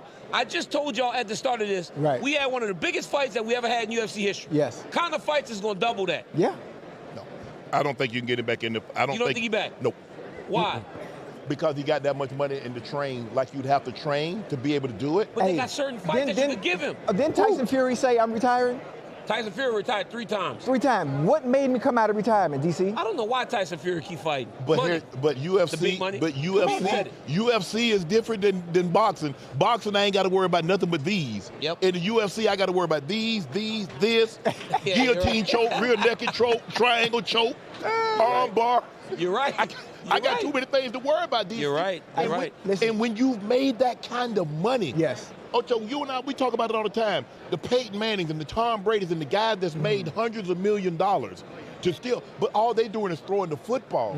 Ain't nobody needing it. Just imagine if they didn't have no offensive line, and now you got to come out there and throw the ball. Yep. Nobody protecting. Yes. Right. When you go into the octagon, like I always say, hey, they say, man, are you nervous about this TV? And all? I'm like, bro, I fought in front of millions of people in my underwear. Yep. You got some shorts on and nothing else, some gloves, right? Yeah. So nothing makes me nervous anymore. Right. But to do that as a very, very rich man, yes, and get hit and get kneed and elbow, what if you get cut? You start going, God, I don't really need to do this no more, right. man. Thank you. Right. As you get older, it gets harder to train. You don't recover as quick. You like when you can just pop out of bed when you're in your 20s. You're like, oh, let's go do it again. Yeah, I'm not sore. You start getting your late 30s. Yeah. Nah, I take the day off. Hey, you start. And again, he hasn't fought in like 4.5 years because he broke his leg last time. Yes. Yeah, you did. He broke his leg. And you know when you take that kind of layoff, and when Muhammad Ali basically missed 3 years, and that was because of the Vietnam War. He was never the same. He was never the same guy. He was never the same. And he was in his prime, and he was still young when he came back. He was still young when he came back. But he was never the same. There's nothing like fighting when you fight. Nope. You gotta There's fight. nothing like, Ocho, we talk about this. Training, off-season conditioning. You get in shape by playing football. Yeah. You do become a better fighter by fighting. Yeah. All that spark, and then you took time off, and Connor's not a guy, he's taking time off, and He in the gym every day. No, he's not. He's on a yacht with his shirt off. Yep. Yeah, he is. With 30 baddies on the Yeah, he is. That's the truth. Yeah. That's the truth. That's the absolute truth, man. This game, we know I know you love football. Yep. Who you got? You got the Patriots or the Seahawks? Seahawks. What did you like about the Seahawks? Defense. I knew it. Defense. Yeah. Man, I tell you, man, let me tell you something. That's a damn shame what they be doing to the 49ers, huh? Man. 2 times back to back. Yeah. Hey, man, I was at a wrestling tournament. Yeah. We in Los Angeles. We get done, we go watch the game. I got some of because I live in the Bay. Yes. So they faithful to the Bay. They put that on their shirts. Yeah. I say, man, that's cute, man. That's real cute, faithful to the Bay. They said, we're going to win tonight. They said, because Coach is the type of guy, Shanahan the type of guy, that in that last game of the season, he don't show that much. He held some stuff back. Right. No, he didn't. We want to give him everything because it's easier if we don't get home field advantage. We still can go get him in Seattle. Right. I said, man, y'all tripping if you believe that. Yeah. Man, they went up there to Lumen Field. Seattle done put it on them bad. They did. It was bad. Oh, yeah. And I'm watching that. And then I watched New England and Denver. Now, the game was a good game. Right. But you struggling to put up points against Denver. How you going to put points up against Seattle? I'm sorry, man. I ain't trying to disrespect Denver. I promise it's y'all okay. not. We needed our quarterback. Y'all needed y'all quarterback. The fact that y'all played that good without the quarterback is the defense. Defense right? would be good. But, boy. I heard you talk about the fight that was just in Australia. Yep. Boko. Yep. Are you surprised that he's still fighting at that level at that age? Dude, they keep talking about retirement, man. And then Diego Lopez is dangerous. Yes. He beat him worse than he did the first time. Yeah. Yeah. He's so smart, dude. And I swear to God, have you met him? Have you guys met him? No, I haven't met him, no. Man, he's so small. He's so short. He might be 5'6". Is he small? He's smaller than Mighty Mouse? No. Nah. How was Mighty Mouse that good? He the best, bro. Dude, how much Mighty Mouse weigh? He fought at 125. But guess what, though, Shannon? He was the best. He one time was behind the dude. He got the dude with his hands locked behind him. Demetrius Johnson threw the guy in the air. Like he threw him up in the air. Yeah. He releases him. When the guy starts falling because gravity takes hold, he puts him in the arm bar. He called it, and then he said, I call that the mouse trap. He said, I call that the mouse trap. I said, man, did you make that up? He said, I made that up. He threw him in the air. By the time the dude done hit the ground, Demetrius got him in the arm bar. He tapped him. That's crazy. He was good, man. That's brother was good. Are you surprised? Because I remember, and people don't remember, they used to have the way they used to fight. They didn't have weight classes, and you fought and you kept fighting, and you fight. You might fight 3-4 times in a night, and the last man standing won. Yep. When they had Horace Gracie, yep. They had Ken Shamrock. Yep. They had the big heavy hitter, Dan the Beast Severn. Yep. Man, you've been watching this, huh? The first 2 fights were in Denver. Yep. I saw them. Yeah. And so I was like, I don't know if that's fair. This little ass, because I remember when Horace Gracie came out there, I was like, this big old dude about to tear this little dude up. Submissions. Man, he got on, I said, why he laying down? He better get his little ass up. I'm looking at it, I was like, he better get up from there. They make him. And but he did something, and the next thing you know, the dude was like. Tapping. Yeah. Did you think UFC would ever get to what it got? No. Because I asked Dana. Dana's like, no. Dana said we bought UFC logo and some gear for $2 million. $2 million. And now it's worth what? $7-8 billion. $7-8 billion. Yeah. But that's the thing, right? Credit to the Fertitta brothers, to Dana, for having the vision of what this thing could have been. Because at its core, right, we all love fighting. Yes. Right? If you're on the football field, if you're on the basketball court, if you're on a playground anywhere, the moment people start fighting, what do we all do? Circle around and go see. towards and watch. Stop and watch. Yep. Right? Yeah. So having the vision to recognize that fighting is something that everybody wants to enjoy. And it's universal. Everybody knows what it is. It's universal. Yeah. Everybody thinks they can fight. Yep. So let's figure out a way to make people tap into it. And that's exactly what they did. And it's dude, this sport, I was a world champion for 5 years. Yes, sir. I am more recognizable today because I talk about the UFC than I was even when I was playing the game. Right. Yeah. It's crazy. Yeah. And I think the thing is what they did is that everybody thinks their discipline is the best. So we're going to see what a karate guy can do against a jiu-jitsu guy, what he can do against a judo guy, or what he can do against a sambo Especially guy. At the start, right? Yes, Especially at the that's start. what it was about. But today, I think that question has been answered. It's the wrestler. It's the wrestler? It's the wrestler. He better than the jiu-jitsu? The wrestler's the guy. Because the wrestler determines where the fight takes place. Yes. Okay. If you got the jiu-jitsu guy, you don't let him take you down. And you beat him in the stand-up. If you got the stand-up guy, you take him down and you beat him on the ground. Right. It's the wrestler. See, the wrestler's the guy. That's what makes me so special. Oh, That's so what makes me so don't special. wrestle. Because I'm a wrestler. I'm a two-time state champion. What are you talking about? I don't wrestle. In what, 115 pounds? No, 205 in high school. Boy, them 205 would pull your ass. DC. They threw you like Mighty Mouse threw that guy up in the air. Two-time state champion in wrestling. And then I can stand up and go with the best of them. You from Florida, aren't you? Y'all from Liberty City. They don't do those wrestling. But you a two-time state champion? Yeah. I got some friends in Florida, man. I'm gonna fact check that. Yeah, fact check it. Man, tell the chat to fact check it. You might like. I'm thinking more like the Midwest is where the wrestlers are. Yeah, Midwest. Ohio, Oklahoma, stuff like that. Oklahoma State. Iowa, Oklahoma. I went to Oklahoma State. Pennsylvania. Yep, Pennsylvania. They got the best high school wrestling in the country. Do they? Yeah, they be beating us, man. I coach in California, man. The Pennsylvania kids be getting it. Yeah, but see, we got to California. Y'all got to stick to football and track and field running. Them country boys, when the weather get cold. Yep. So you go inside. You go inside, start wrestling. Yep. You go inside, start wrestling. So man, when that's you get crazy. to change your season like Iowa and stuff like that, where it gets cold and those guys, see when the weather's warm, so you can run track and field, you can train all around. Football, you can train all around. That's why the warm weather states do better in football, and track and field. But baseball. Yep, that's why. You going to the game? I'm not. So my son has a wrestling tournament. Okay. And we're going to the East. We're going to Virginia. So I'm going to change the weather for my son to wrestle, man. It's cold, too. Is that what he wants to do? He wants to follow in Dad's footsteps? He like football, man. He like football? That dude he can play some football. He hit now. Shannon, he can tackle now. He tackle? He been wrestling his whole life. But you think he a linebacker, right? He weighed 173 pounds. He in 8th grade. And he got to be almost as tall as me. Already? He mean to. I like he like to tackle. I like it. So what is he going to go? You want him to do both? You want him to wrestle? I want him to do both. I think it's important to do both.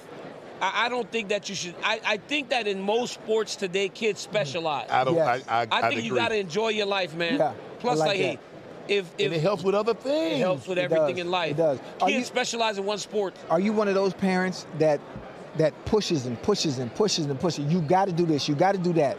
Or you just let him, whatever he decides to do, you okay with it? I haven't pushed him that much. Right. I haven't pushed him that much, and I think I could have pushed him more. Right. Right, because when you wrestle or you fight and your dad is me, it's kind of hard, right? Because I've heard kids going, I'll beat DC's son. And I'm like, I don't want them to him have comparison. to live. Yeah, come on, man. Like, you didn't beat me, right? You beat my son. But that's his claim to fame. But that's their claim to fame. Right. So I kind of didn't push him all that much. Right. But now it's like I'm doing a little bit more. Like, so he's in his gap year this year. Yes, sir. Where he's in 8th grade, but he's doing like it's almost like a gray shirt year where he takes another 8th grade year before he goes into high school. Right. Yeah. So now he gets up in the morning, he lifts his weights, right? Then he goes and he does pads. Yes. I got him doing boxing. Right. Then he goes to school, and then he might wrestle a little bit. Then he goes home and he sleeps. Yeah. And this dude has gained probably 20 pounds because you grow when you sleep. Right. So during the day, this dude's sleeping. He's like so disciplined now. I'm so proud of that kid, man. He's doing a good job. How much bigger you think he's going to get? I bet he'll be 210, 215 pounds when he's a senior. Maybe 220. I think he'll get big. 6'1", 6'2". I'm the shortest guy in my family. Okay. So probably 6'1", 6'2", 215, 220 when he graduates high school. You did play some football. Yep. Do you wish you had stuck with football? No. Let me tell you something, man. Let me tell you something. Were y'all on good football teams in high school? We were decent. We were decent. We were okay. So did you have people, but you know, growing up in the South, yes, right? Everybody think they go on to the NFL, man. Yeah, for sure. Everybody think they go on the NFL. So if a dude is like all-state honorable mention, he like the greatest thing in the world. Yeah. Yes. But he don't want to take no responsibility. He don't want to lead. And so I was on teams where we had like a couple good dudes, and they were like very like cancerous. Yeah. Right. The only team that was good was the year I was a senior. Right. You guys know the Cupid Shuffle? Yeah. Yeah, of course. We went to high school together. That's one of my boys, Okay. right? So we were like the leaders of the team, and we were a good team. Right. But before that, it was bad. So by the time I was done with football, I was like, man, I'm on the wrestling mat, and I done made the United States world team for 16-year-olds. Right. So I'm traveling the world wrestling going, I know that if I do what I'm supposed to do, I'm winning state championships, Right. Yes. I'm wrestling in world championships. But on the football field, I can't take all these guys with me. Right. So I was like, I'm always going to wrestle first. Right. Okay. DC. You're the man, boy. Thank y'all for having me. Congratulations. Man. Y'all Thank the best, man. I appreciate y'all. I love y'all chemistry, boys. Appreciate you, DC. Man. Yeah, Daniel, all right. DC Cormier, one of the great MMA mixed martial artists of all time. He could wrestle, he could fight standing up, but he's an unbelievable fighter. Appreciate you stopping by, DC.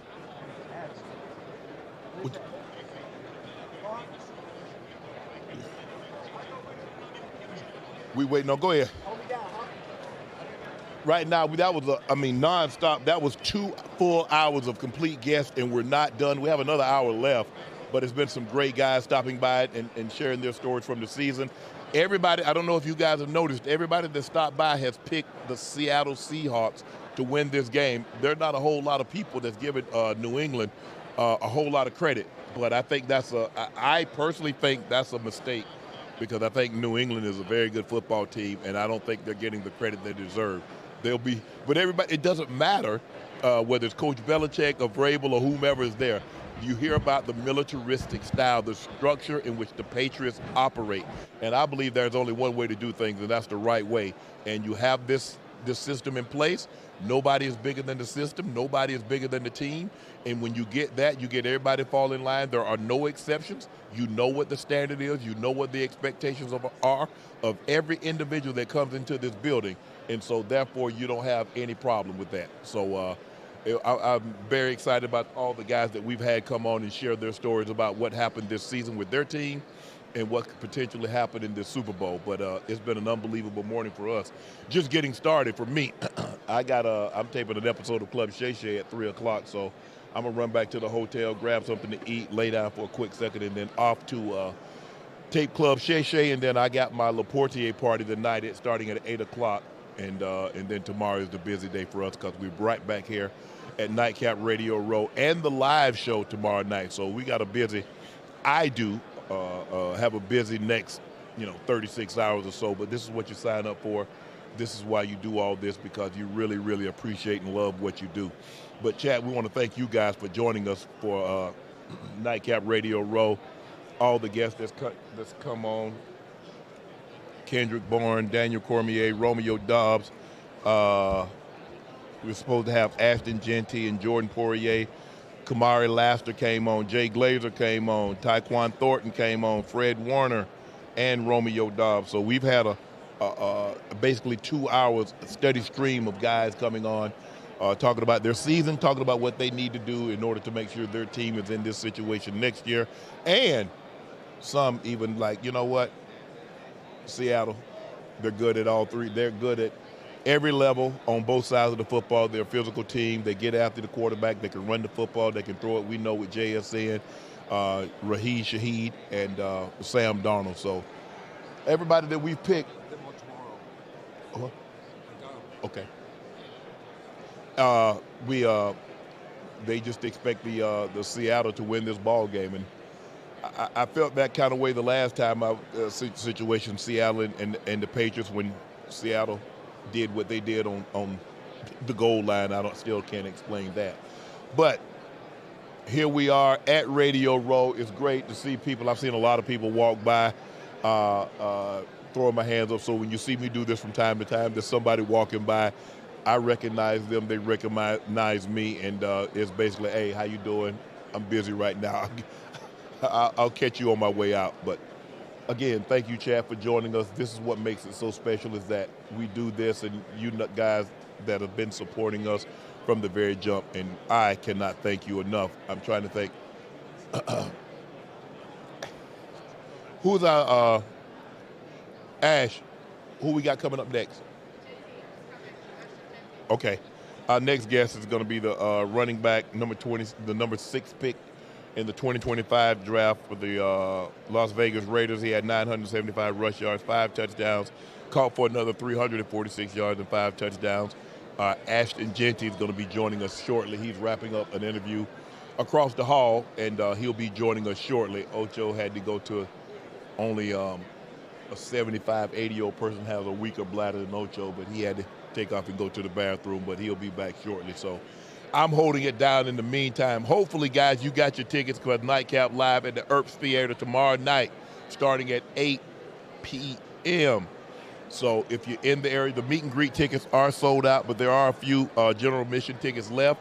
So if you're in the area, if you're a Patriots fan, you're a Seattle fan, or if you're just a fan of NFL, or you just want to pass the time and have a few laughs, got a great jam-packed show for you tomorrow night.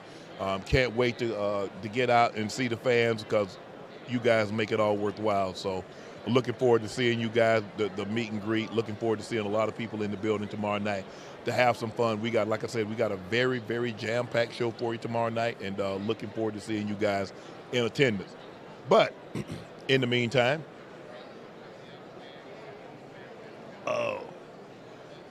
just in, we got another. The Chicago Bulls are trading Kobe White, Mike Conley Jr. to the Charlotte Hornets for Colin Sexton and Ousmane Dieng and 3 second-round picks.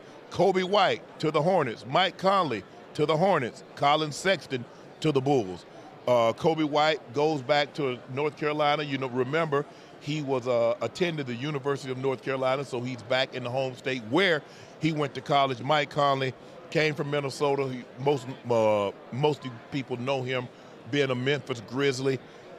He was at Minnesota, but he knew that wasn't going to be his final stop, and they tried to accommodate him to get him somewhere where he'll still be able to play. But Chicago Bulls are trading Kobe White, Mike Conley Jr. to the Charlotte Hornets for Colin Sexton and Ousmane Dieng and 3 second-round picks. So this NBA trade is trying to steal some shine from the Super Bowl. Another trade. The Chicago Bulls are trading Kobe White, Mike Conley Jr. to Charlotte Hornets for Colin Sexton, Ousmane Dieng, and 3 second-round picks. Kobe White to the Hornets, Mike Conley Jr. to the Hornets, and Colin Sexton to the Bulls. Colin Sexton had just gotten there because he was traded from Utah.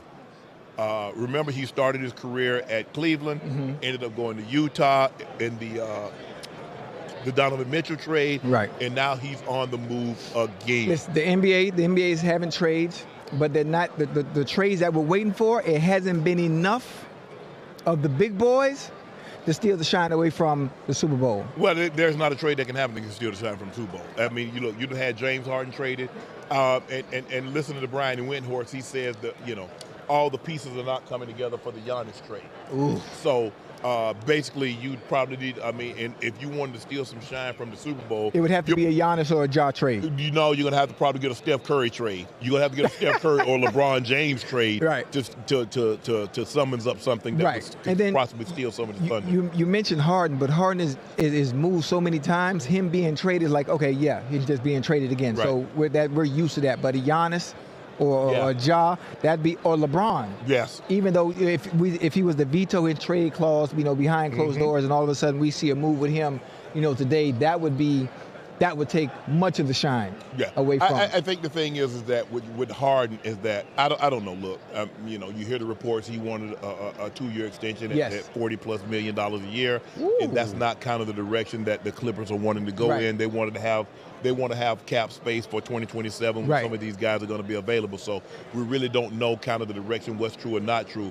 But all I know is that he was unhappy. And look, if you go back and study Houston gave him everything that he wanted. He wanted Dwight Howard. They got him Dwight Howard, then all of a sudden he didn't want Dwight Howard. They got him Chris Paul, then all of a sudden he didn't want Chris Paul. Right. They got him Russell Westbrook, then all of a sudden he didn't want Russell Westbrook. And you know what? My time in Houston is up. I want to go to Brooklyn. He goes to Brooklyn and he pairs with Kyrie and KD, and then all of a sudden he wasn't happy there. Yeah. He says, you know what? I want to go to the guy that brought me over to Houston, Daryl Morey. He's in Philly. I want to go to Philly. Yes. He went to Philly.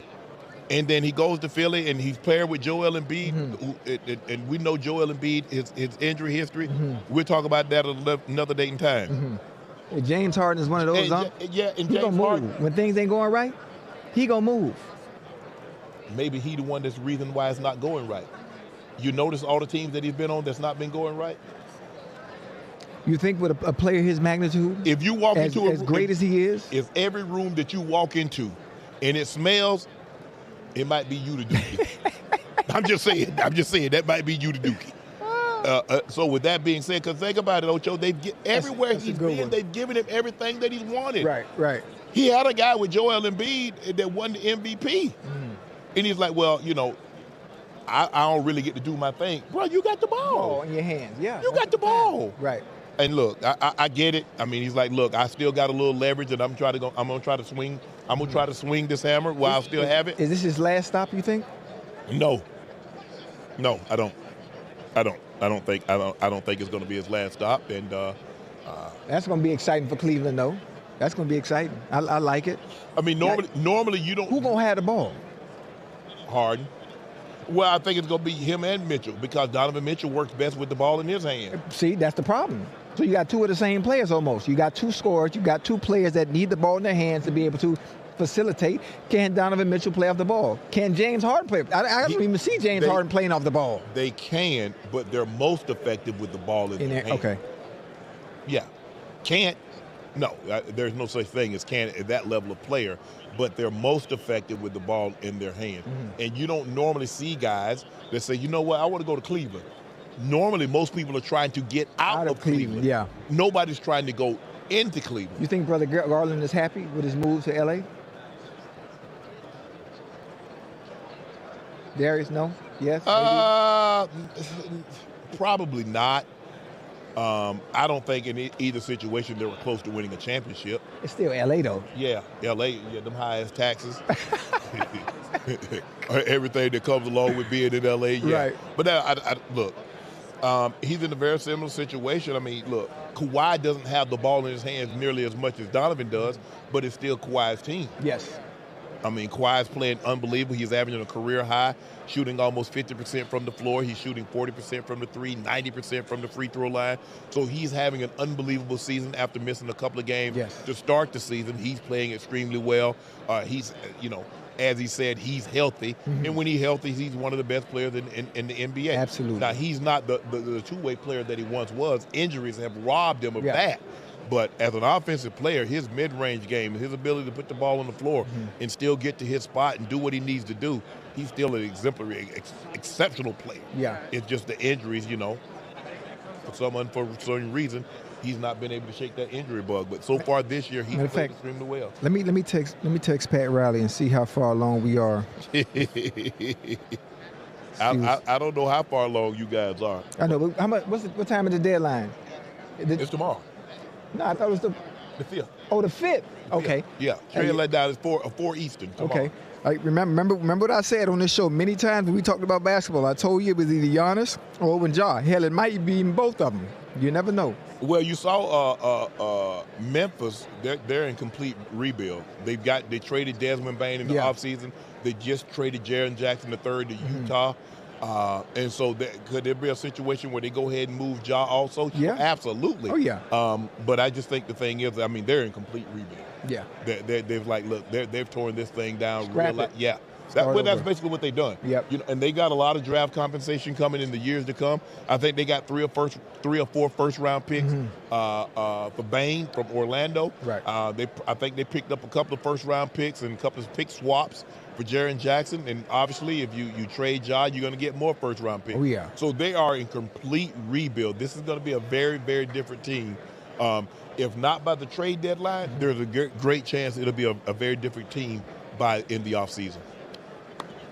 We're just waiting on Ashton Genty to finish up his interview, and he's going to stop by. Ashton Genty. I was talking before when you was in the bathroom, Ocho. I was talking. Everybody that's come has said Seattle. Not one person has picked New England.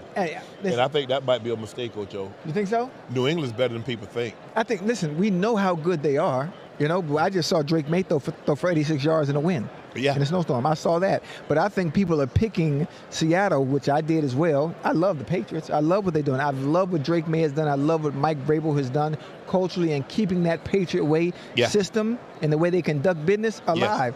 But I'm only leaning towards the Seahawks because of that defense. Yes, I know Christian Gonzalez is good. I know Carlton Davis has been doing his thing.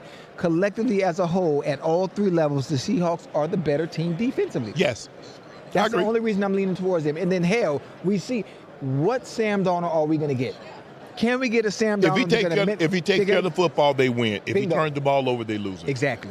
I mean, if you go back and study the playoffs over the history, and especially this year, teams that have turned the football over, they went home. Mm-hmm. The Broncos went home. The Houston Texans went home. Mm-hmm. You are going home if you turn the ball over. It's really not that complicated. Yeah. And let's not make more of it what it needs to be. But I do think it's going to be an exceptional ball game, and that's what I'm expecting to happen on Sunday. But we'll see. We'll see who handles the nerve the best. None of these teams have been to the Super Bowl. Yeah. So it's not somebody that, like a Vrabel. Vrabel has been to the Super Bowl multiple times. Yeah. But that's as a player. Mm-hmm. Now he can like, okay, guys, look, we know why we're here. Mm-hmm. We're here to win a football game. All that other stuff is unimportant. Let's stay focused. Let's keep the main thing the main thing. Let's make sure we practice like we're supposed to, meet like we're supposed to, be where we're supposed to, and then come Sunday, we let it all hang out. Oh, yeah. But I'm excited. I think it's going to be a very interesting ball game. Like I said, I don't think a whole lot of people are giving the Patriots credit because, like you said, he threw for 86 yards. They only scored 10 points. Mm-hmm. But you know what? I got to do what I got to do to win. Yeah. You look at the Rams scored 27 points and lost. I'd rather score 10 and win than 27 and lose. Yeah. And so we'll see. We'll see who handles the nerves the best. We'll see when they get the momentum how much separation can they put between them and the other team. Mm-hmm. And so we'll see how this thing plays out. But we had some very interesting guests. I mean, we were nonstop with guests for 2 hours. Oh yeah. It's kind of slowed a little bit. We got some great guests lined up for tomorrow. Ooh, I can't wait till tomorrow. We're supposed to have a couple of your homeboys supposed to be coming through tomorrow. Today. They tied up, huh? Right now we're supposed to have T and Chase supposed to be coming through later today. For real? Mm-hmm. Wait, hold on. Later today? What time?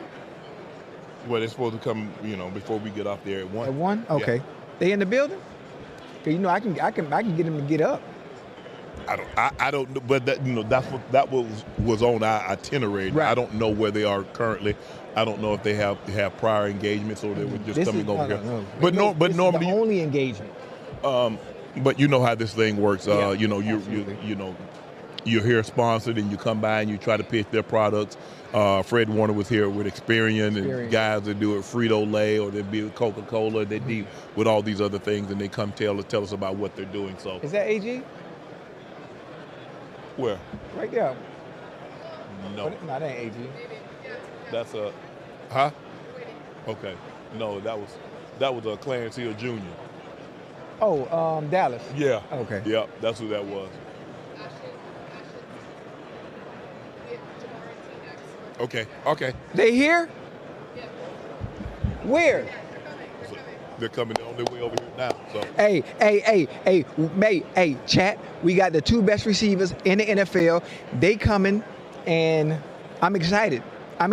What do I ask Jamar and T when they get here? Huh?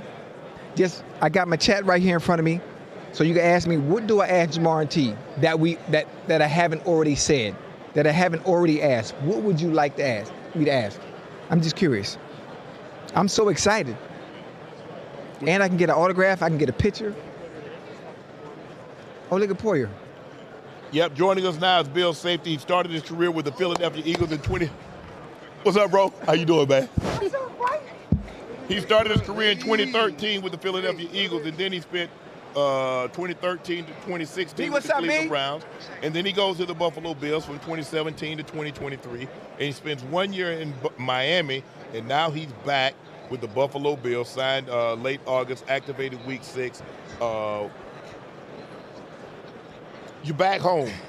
Buffalo, I think, you've been a lot of stops, but I think you would consider Buffalo your home. Absolutely. As far as team-wise. That game in Denver, was that as painful of a loss that you've been a part of? It was up there. Because the Kansas City losses, I'm sure some of those. For sure. It was up there. I was hurt that game, so I wasn't able to be out there with the boys. So even more harder to watch. Yeah. I was part of obviously the 13 seconds. I had some tough losses in the previous years, but yeah, that was up there. Game comes down to what it came down to. Everybody gonna have their opinion on this, that, or the other. One play here or there. It is what it is, and we gotta take that one and take that one on the chin. Yep. Now that we're in the off season, how's the body feeling? How are you holding up? What's next? Yeah, man. This was the first year I felt healthy in a long time. Yes. I took my hamstring. I'm 34. Still doing it at 34, bro. Yeah, I love it. You know what I mean? Still doing it at 34, it. bro. Which is it was an incredible season. Right. I came and signed on the practice squad. It ended up, being on starting by week 4, week 5. Love the boys out there. Body felt great. It was the healthiest that I felt in a long time. As I transition to whatever's next, I am a free agent right now, and so Buffalo is home. Do you want to continue to play? I would be open to continuing to play. Really, mostly in Buffalo because I love. Is that where your home is? That's not where home is, but I spent most of my career out there. I'm on the backside of my career, man. I went back. There's no such thing as backside. There's no such thing as backside. That is something that they put in our heads to make it seem like it's when it's time for us to move up. 100%. Speaking of. We could always use a safety down in the 513, just in case. I'm putting that out there right now, just in case. For sure. I could talk to Mike. No, I'm for sure open to keep playing, man. Okay. I can still play at a high level. And again, whatever happens is going to happen. The year before in Miami, right? Super tough. I signed there after I got cut from Buffalo. Kind of want to get my get back on the Bills. Right. Just ended up getting smacked by them twice. Really, the whole season getting smacked around. So, the idea coming back this year was to finish my career the right way. Go back to Buffalo, but I'm open to keep playing. I can still play the game at a high level. I love playing this game, and I play the game because I love the game. Yeah, you know what that is. Definitely. I love playing. I love competing. I love being out there with my boys. But again, as I transition, I'm more transitioning to mental health, mental awareness, and I think a lot of us as we transition, we have this identity crisis. I want to say not crisis, but just we have our whole lives we've been playing this game, and that's been our identity. Right. As we transition, we lose that, and so finding ways to understand who you are outside of football. So we do a lot of events, holistic events, breathworks. We're going on tour in May. In May with artists, we're blending mindfulness, dance, breath work, medicine, all together, and music all together. Bringing 300 people together and breathing deep, man. So excited about the transition. Whatever's next, man. I look up to you guys all the time, just seeing you guys doing your thing, man, and that's motivation in itself. I know I have a voice. I know I see the game the way that I see the game. I know I can talk about the game, but we'll see what happens, man. I'm just enjoying life for what it is. You said something very interesting. You said, this football, because for the better part of your life, everything has been structured. You're going to be here at this time. You're going to be here at that time. You're going to be this, this, and this. And all of a sudden, you leave the game of football, and there is no more structure.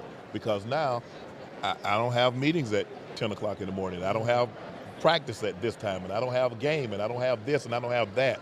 So as you start to make that transition, because like you said, I got less time in the league than I previously had. So what's been that transition like for you? How have you started to put those pieces in place to make sure, because football is what I did, is not who I am? Yeah, and that's a great question because I struggled with that for a long time. I struggled with alcohol for a long time, especially early on in my career, for probably 6 years of my career. I've been sober for 5 years now. Congratulations. I appreciate that. And as I've transitioned into sobriety and I've learned a lot more about this world that we're in, about myself, I've learned, I'm more than a football player, right? Like, football is what I do, and it's what I love. I love playing the game, right? But it's not who I am. And so understanding I think that transition is understanding your purpose or having a purpose, right? Like, what is your purpose for being here on this planet? Like, why did God bring you here? And for me, I just believe it's to be a light, man. To be a light in this world, to shine. And I don't pretend to sit here and know everything about everything, but I know enough to understand, like, you know, there's more to this than what we see on our daily basis, you know. And when we go inward, when we dive within, when we look within, when we look within ourselves, we can understand ourselves and understand and be aware of the daily decisions that we make and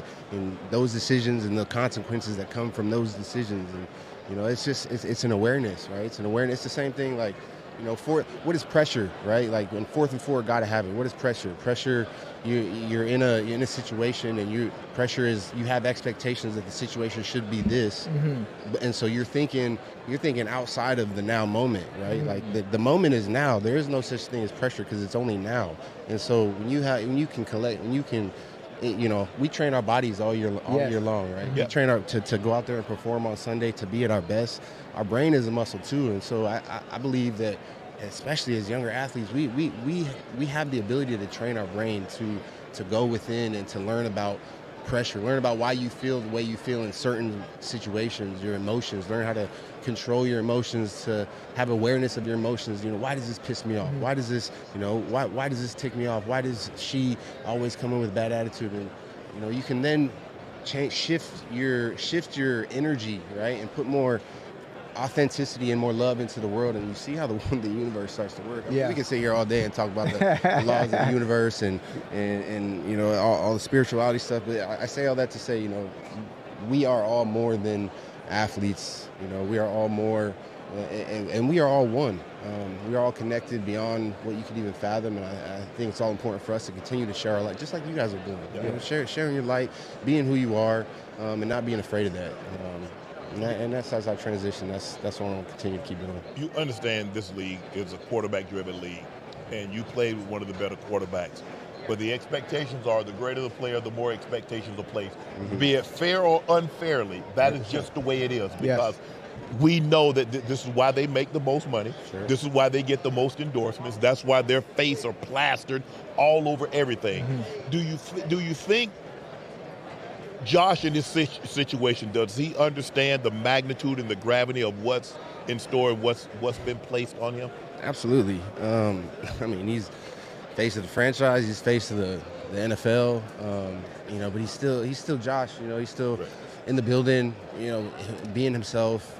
He understands his aura, right? He understands who he is, and it's the best quarterback in the league, in my opinion, and he'll be the best quarterback in the league until he's done playing, in my opinion. And you know, I always love riding with Josh, and you know, unfortunately, we haven't been able to get it done in those big games. But you know, he's always somebody that's going to come back and keep fighting and keep, you know, and keep throwing and keep running people over, keep hurling people. And so he does understand the weight of the world is on his shoulders, but I think he rises to that in the moments. You know, he played hurt the last 3 games of the season. He plays through. I mean, you see it in his interviews. You know, they ask him, "Hey, do you hurt this in the game?" He's like, "No, I'm good." Like what? Right, brother. Everybody saw you have a broken nose. Everybody saw you hurt your hand, or you twisted your knee, or whatever. But like, that's who he is, right? He's a competitor, and I go to war with him 100 out of 100 days. Most definitely, because I see it, right? Like in his eyes before the game, and you fall short. It happens. But how you gonna respond? And I know he's gonna respond the right way. I like it. Appreciate it. Jordan Poyer. I appreciate y'all. Buffalo Bills safety. Thank you, man. Appreciate that. All the best. Stay healthy, man. We got to get back on FIFA, man. Man, what's up?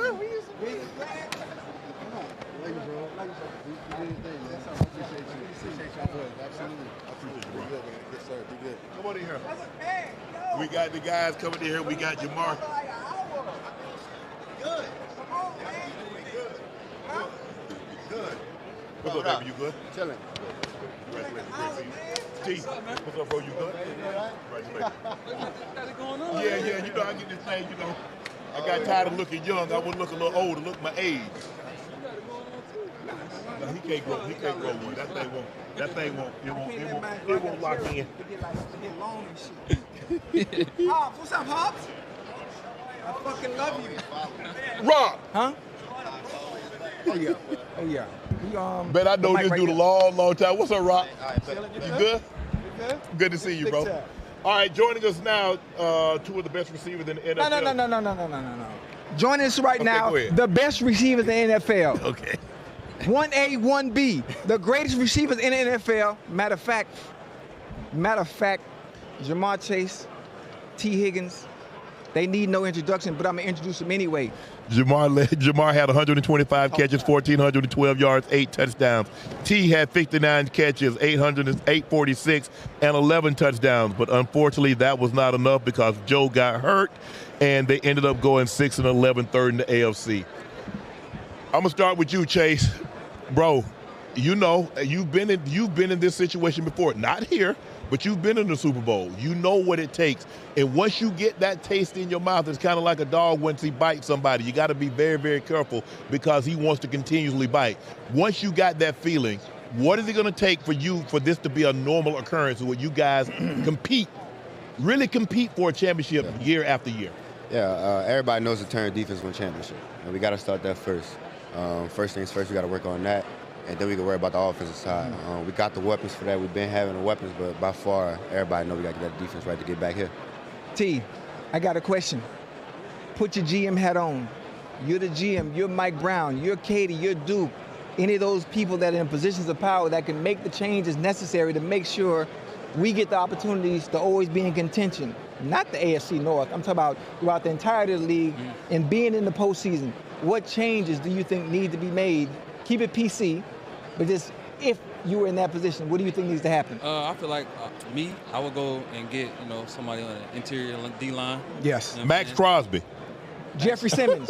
Look, we both said that earlier. I said Max Crosby. I said Max Crosby. You said Jeffrey Simmons. See? Yep. That's two dogs we gonna need for sure. I like it. For sure. You have to, like you said, because at some point in time, look, you won the Triple Crown last year. And guess what? Missed the playoffs. I had another 125 catch, 1,400 catch season. Missed the playoffs. You're in the Pro Bowl. Missed the playoffs. At some point in time, I love these individual stats, but I play a team sport. If this was tennis, if this was golf, I'm good. I'm Gucci. Sure. But we play team sports, and I want to have team success. Mm-hmm. Yeah, that's the main thing. Like, yeah, all the individual success, that's cool. You know what I mean? But we play the game to make it to the Super Bowl at the end of the day. So if we're not doing that, then we're not doing nothing for the organization. One of the other problems that we've always had as a team, for one, being able to compete week in and week out, it's not the elephant in the room because it's happened many times in his short career. How do we keep Brother Nine healthy? How do we keep him healthy for a full season so we can have that consistency? Offensive line. It's one thing. Excuse me. What? Offensive line. Excuse me. Come on. How do we keep our brother upright? How do we keep him healthy for a full season so we can have those chances to be talking about competing in the Super Bowl? Honestly, I mean, like he said, offensive line, but I don't think we need a new offensive line. If I'm going to be honest, they did a good job this year. And the show, stats could prove it. You know what I'm saying?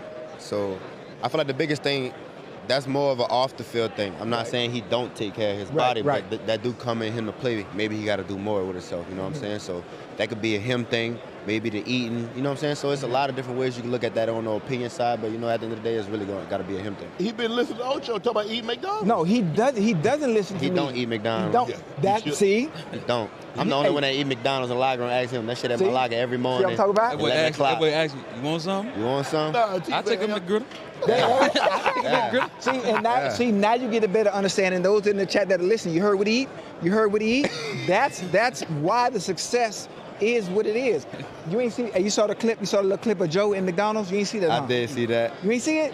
He was sitting down in there. Yeah, he was sitting down in McDonald's. So I'm telling you, he probably taking heed to you know what? Let me listen to what Ocho been saying, and I'm gonna just. Yeah. Are you guys the best duo in football? Yeah. Yeah, I believe so. Yeah, that's it. I believe so. Man, talk your shit, man. Don't do that, I ain't got to pop it too much, man. I don't need to pop it too much. Okay. Because if I start popping it too much, it's too much. Nah. Everybody gonna say you say it, T. Y'all the best duo in football? Feel like so? Yeah. Nah, don't say it like that, man. Say it. Look, since he want me to pop it so much, let's turn on the film and look at duo tapes. There we go. Let's turn on the film and look at duo tapes if you want to go there. Yeah. That's all I need to say. Speaking of duos in the NFL, is there another duo that you guys appreciate and like watching? I like C.D. Lamb and George Pickens. Ooh. I like that. Oh, yeah, that's fine. That's a great duo. You know what I'm saying? Yeah. They complement each other. Right. So that's That's a good one. That's a good one. Do you see a picture? I've always said I would love, and people, they get on me, well, you didn't say that when it was time for T and then Chase.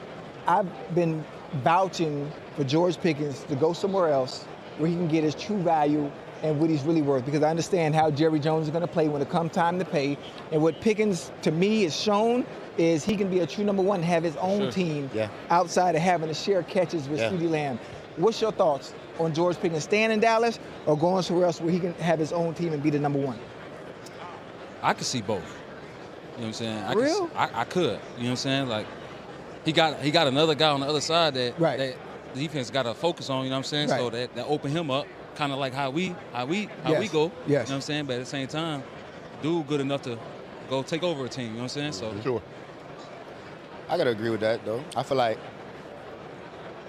I don't know. I like that Batman Robin shit. Yep. You know what I'm saying? I like that.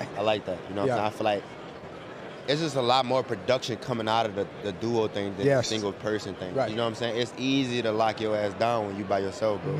And I always tell him this shit when I be playing by myself sometimes. Cause he come see me come to the bench and I'm pissed off and he like, bro, I be like, you know what I'm saying? I gotta go take me a stroll down the sideline, come back, sit down. So, I be like, tell motherfuckers, hey, leave him alone. Yeah, like he know how I am. I promise you know you he's good. It gets to a point where it get aggravating when you by yourself. So that's why I always vouch, like, you know what I'm saying, I need T. Not for me, but it's helping the whole offense. You know what I'm saying? Now it's opening up the run game, not the passing game. Now we going any down. We can pass the ball every down, and they don't know. Right.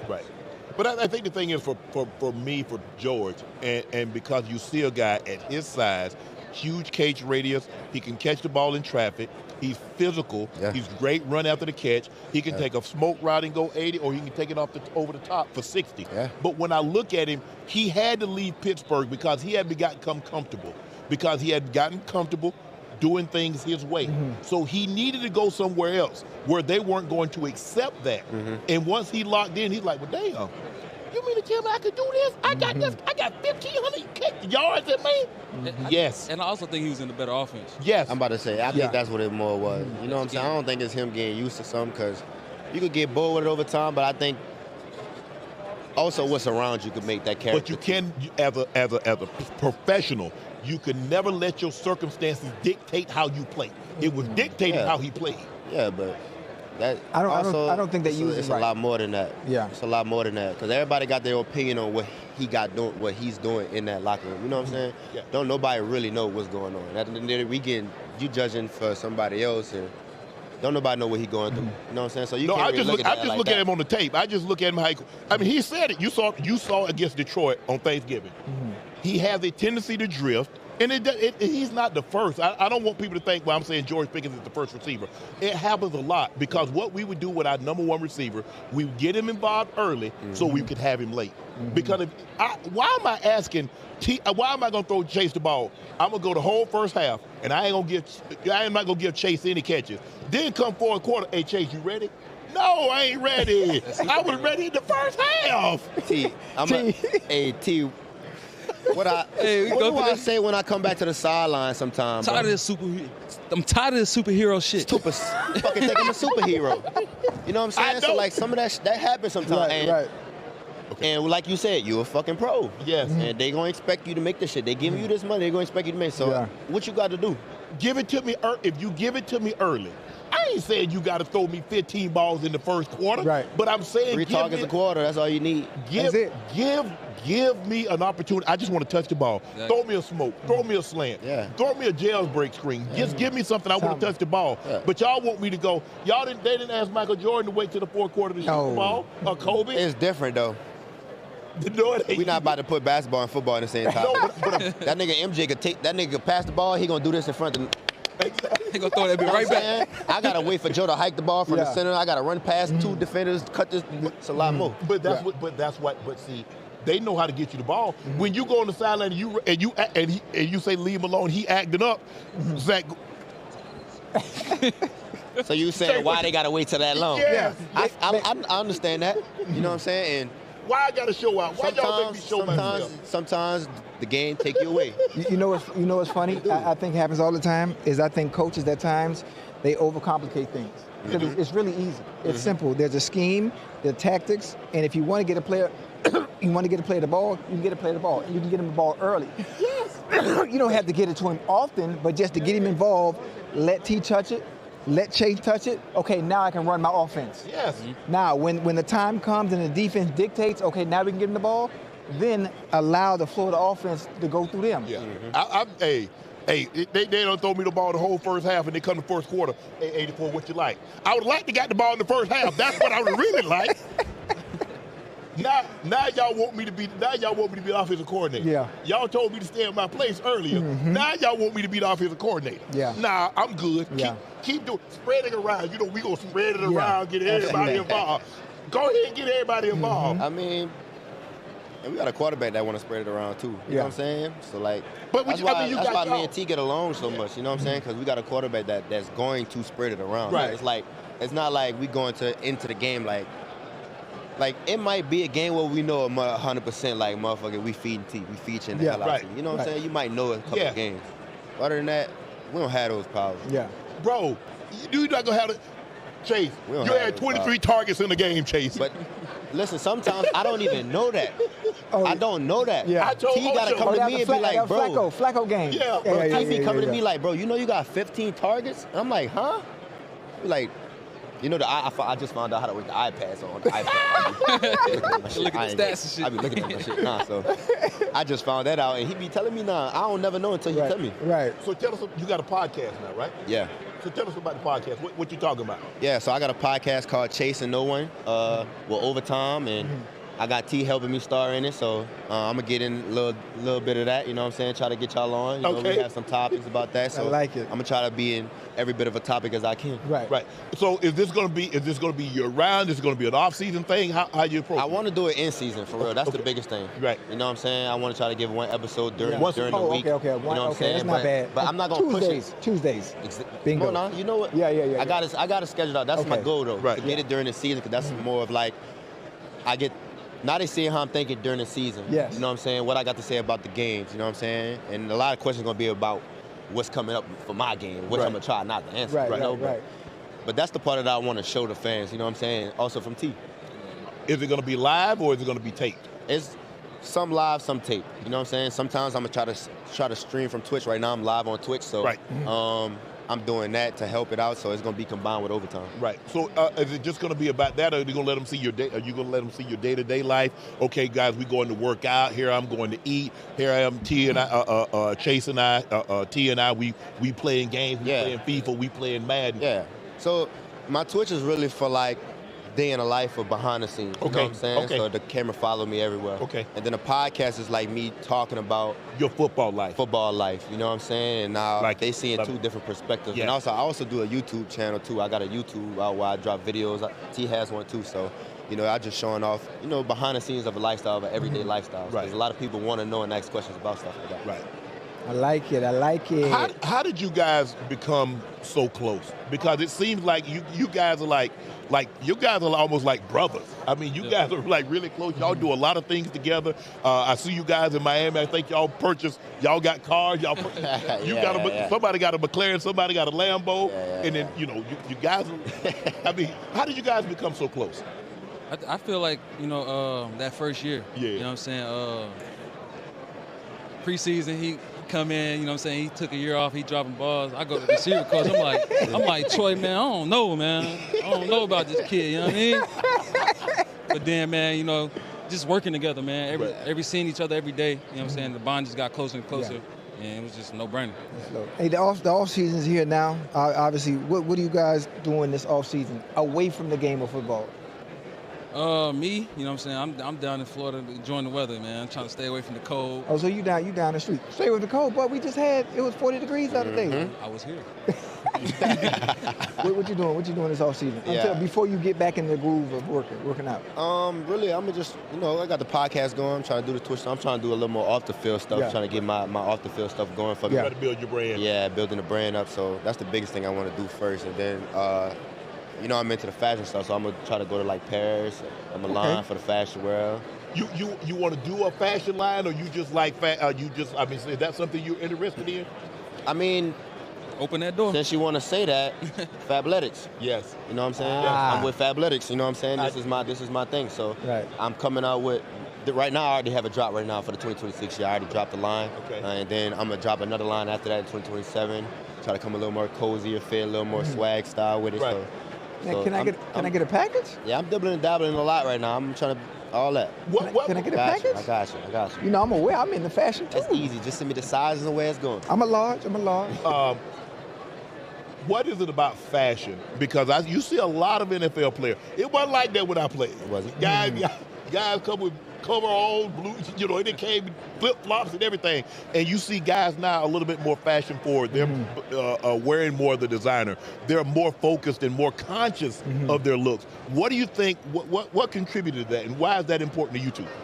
Well, me, I'm cool, laid back. I'm throwing on sweats, T-shirt, black forces, and I'm cool.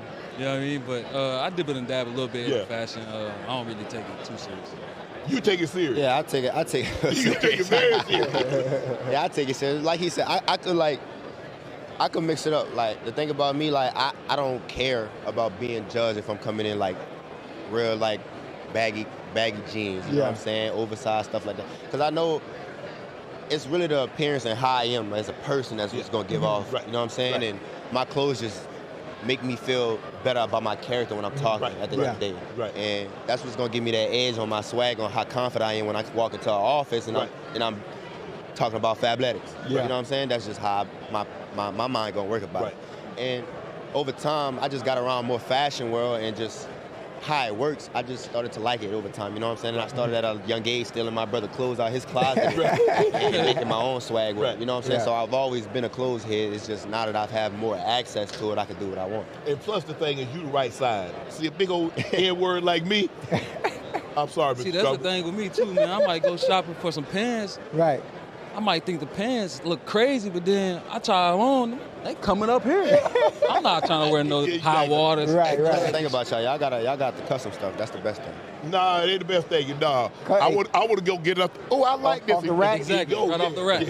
That's what I want to do. Big and tall. Congratulations, great season. Hell of a Higgins. season. Congratulations, Chase. Great season. Continued success, man. Hey, team success is where it at. You want to build that brand? Win. Amen. For sure. Appreciate you, man. Thank you for coming on. Jamar Chase, T. Higgins. Thank you, guys. Appreciate you. Woo! Hey, let me get a picture real quick. Hey, baby, get a picture.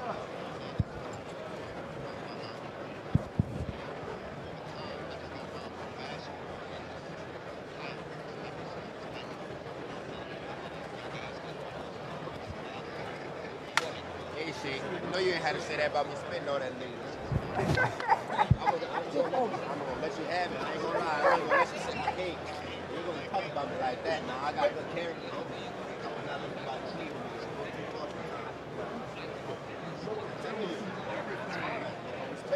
I would not let nobody play with me. That's one thing. You know you can do that.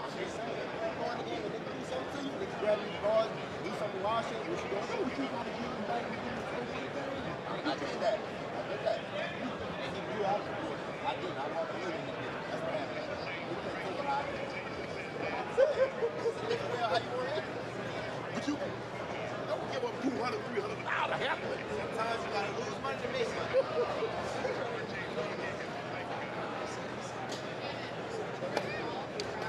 Who? To the Raptors? Okay.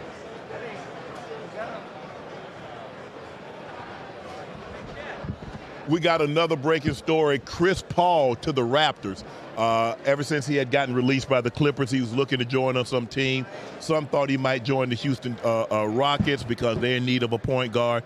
But it is the Toronto Raptors. Chris Paul, his final season will be with the Toronto Raptors. Glad he was able to pick up and finish because it would have been bad. The man, his last season, he's made it known that this is his last season, Ocho, and to finish his last season only playing, not even half the season. I'm sure that would have left a nasty taste in his mouth. Yes, sir. But he's going to finish his last season with the Raptors. They have a very good team. Brandon B.I. They got Scotty Barnes, who's an all-star. Now you add Chris Paul, someone that can distribute the basketball. Right. I think they have an opportunity to make some noise in the East. I'm not saying they can come out of the East. Right, but they can make some noise. They can make some noise, yes. Make it exciting. Yes. Oh, that's it, huh? Okay. Guys, thank you so much for joining us. I love you. This is Call me. Nightcap Radio Row. We're back the same time tomorrow. Debo and Joe will start from 8 to 10, and then Ocho and I come in with Nightcap Radio Row from 10 to 1. And then remember, tomorrow night, Nightcap Live at the Earps Theater at 8 p.m. If you're in the area, you want to have a good time, you want to laugh, you want to see Ocho and I, come on out, support. We greatly, greatly appreciate it. I am Unc. He's Ocho. We're done for today, but we'll see you tomorrow. I love you. Wait a minute, Unc. Matter of fact, before y'all go, I'm on Twitch, Ochocinco on Twitch for the next 4 hours, exploring the city. Come on, holla at your boy, man, on there.